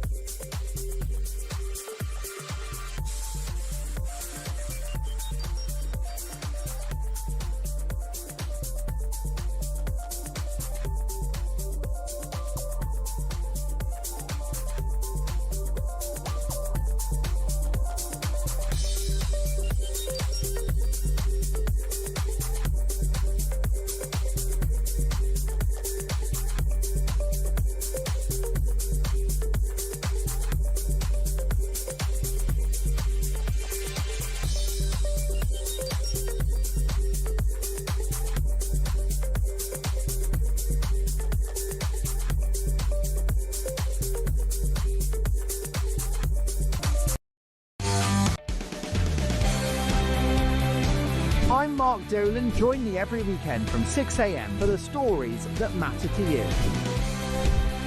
We talk politics, we talk news, we talk entertainment, we talk about everything that affects your life. There's only one place to start your weekend, the home of common sense. Talk Breakfast on Talk. 6 a.m. to 10 a.m. every Friday, Saturday and Sunday here on the home of common sense. Across the UK, on DAB+, on your smart speaker, on your smart TV, and on your side. This is Talk. Right, hello and welcome back. Now, our brilliant talk reporter, Samara Gill, is down at the Al-Quds demo in London. Samara, what have you seen so far? How many people are assembled? Hello. Where are you? Look, Alex, I'm at Embankment. I can almost just see where you are at the news building from here. It's a lovely clear day in London. But what I've got behind me is the counter-protest. So these are the pro-Trump, the pro-Benjamin Netanyahu, the anti-Islamic Islam protesters that are right behind me. And then on the other side of the river, we have what I would only call kind of the pro-Palestinian, pro-jihadis. Now, they're going to meet on this bridge just behind me, and it's going to be, I think, quite interesting. There might be clashes. There's a very heavy police presence. Obviously, Al-Quds Day is very controversial, but we really sort of not sure what to expect here, because it's going to start at 1 p.m, but I'm not seeing too many people gathered. I think Shabana Mahmood's orders have scared people off, at least on the counter-protest side. So you're saying that they're actually due to meet? They're not going to be kept either side of the river? I don't think so. I mean, there is basically, they are preparing to potentially, some of them will walk across that bridge, or that's what I've heard. But you're right, it's mostly a standing protest, and I think that's put quite a lot of people off. We're going to go on to the other side, and we're going to get some content for you guys that will be on breakfast tomorrow, and see what those pro-Palestinian people are saying. I can see them gathering, so I think it will kick off. How many police are there? I'd read that there's going to be 1,000 riot police. There are a lot of police around. There's a heavy police presence. I'm just looking. I mean, that you've got vans loaded with police officers on either side of me. I am starting to think, great, this is a great use of our resources in the United Kingdom. Every single weekend, foreign wars take up a lot of police time and money, and you do start to think, what's the point here? But yeah, you're right. I would say there would be about 1,000, but we were expecting over 6,000 protesters. Now, behind me, I don't see 6,000 people, so I guess time will tell. Maybe some people are having a sleep in. Yeah, it looks like a bit of a skinny turnout on the side of the good. What about the side of the bad? Are you able to sort of glance across the river and get an idea of how many people are assembling there? Because I heard as many as 16,000 pro-Iranian demonstrators could turn up. Yeah, you're right, Alex. There's quite a few, but not as much as I thought. I am thinking maybe they're just sort of enjoying their tea at the Ritz with their mothers and then just going to sort of stroll down to support the Islamist regime. I'm guessing that's what the plan is for a lot of these pro-Palestinian protesters that are gathering on the other side. But I think there are substantially more people on, let's just call it for what it is, the bad side of this protest. And let's just see. I think maybe we're a bit early and premature to this whole thing. Now, listen, Samara, you stay safe, you stay warm. We'll actually come down and say hello to you in a short moment when we're off air. I'm going to make sure our favourite Aussie presenter is protected. Oh, love you, Samara. Thank you ever so much, Samara. That came out funny, didn't it? Love you, Samara. But I mean, to me, it's just horrifying. When did this start? Apparently, they've been gathering for this Al-Quds stuff for ages in London. Yeah. It was set up by the Iranian regime. It means Israel, and it's all about wiping out Israel. Of course it does. And apparently they've been, meeting in London. This has been a sort of nice little annual jolly going on for ages. I'd never heard of it before. But it's staggering that this is, with such audacity, is in Britain. I cannot fathom this. These regimes will take advantage of our good nature. That is essentially what's happened. And and the worst thing that's happened is those in charge of our good nature have allowed it to proliferate right out to the extremes. So you've got people on the side of the Iranian regime in great numbers, tens of thousands being able to gather in London and say things like, death to the UK. And in the capital of the UK. And then the people that are on the political other side of the argument to you and I support them too, just because they carte blanche do anything that the doctrine says they must do. It's absolutely bonkers. This is, for me, akin to people gathering in 1939 in London to support the Nazis. Exactly. No, this is exactly what's going on. And yet that didn't really happen back then. It absolutely didn't happen. If it did, people really stood up against it. Yeah. They knew what good and evil was, and they don't seem to now. The lines have been blurred because what they've done, cleverly by the way, is they've mixed things up. Instead of good and evil, there's oppressor versus the oppressed. But people can choose who the oppressor and the oppressed are. Oh, they completely invert reality. Now, do you know what? I'm fed up with this whole level playing fieldism in the UK. Well, it's like, wow, thank goodness all these evil people get to protest. It shows that we allow freedom of speech. And I'm like, do you know what? I would happily say, yeah, you want to protest about climate change? Fine, go ahead. You want to protest in support of the Ayatollah's death cult? No. We're going to arrest every single one of you. I just don't know why we have to have this sort of whataboutery. Well, if they're allowed to do that, they're allowed to do that. I would just, I would literally, if it was me, go and be taking everybody's documents and seriously. The simplest answer is always usually the answer, and it's because they have systematically broken down our culture, our belief in our culture, and what our people stand for. And because those things are no longer important, it's very easy to attack. When people like you or I, or look like you and I, stand up and say, this isn't right, we want to protect our country, they say, what country, what culture? It's gone. Did you see this stuff coming from a long way away? Because I can't say that I did. No, I don't. I cannot say that I saw any of this manifesting. So when people said what I'm saying now 8 years ago, I used to think, no, that's a bit extreme. Yeah, I used to what do you mean our culture? Of course our culture's protected. Of course people still don't understand what England is. And I'm not talking about the ethno-nat version of England. I'm talking about what it means to be English. What principles do we stand by? We don't have a constitution, so we have to carry our values with us so that each generation understands. That's now been entirely eroded. What was going on during, after 9/11? I was at school then. I was in the lower sixth form. Did we have people siding with ISIS doing little demos in the streets? No, we didn't. Right, I was 21 in 2001, and I was at work when that happened. The only thing that did happen is a very, very small minority kept saying things like, we can't blame Muslims, we can't blame all Muslims. And that seemed very reasonable at that time. Exactly. But what changed was they used that. That's what I'm talking about, taking advantage of our good nature. They used that against us and inverted absolutely everything. And they took with them huge, great lumps of our people and turned them against themselves. They turned kids against parents. Because parents said, oh no, what you don't understand is these are well-thought cultural values. This is what I don't understand. When we were, bombing ISIS, when they were trying to set up the caliphate in Syria, and all those people were going off to become ISIS brides and go, fight for ISIS, it was like, well, they've been groomed online. And we hated ISIS. They were clearly the bad guys. These people going over were either, brainwashed or wicked. And that wasn't that long ago. No. And all of a sudden now, all the sort of brainwashed people have become Islamists are just there on our streets with kafirs, and everyone just sort of thinks that's nice, that's normal, that's multiculturalism. We need to show these people what happened in the Iranian Revolution in 1979, because the reason they were able to get to power as quickly as they did is they took the left with them. They took the left with them, and if history will tell you, if you go and have a look, by the way, you're probably, a Gen Zer listening to this thinking, well, that's not true. They killed everybody on the left virtually. The Iranian regime, when they got into power, all the people they took with them to get that, that critical mass in order to push people one way.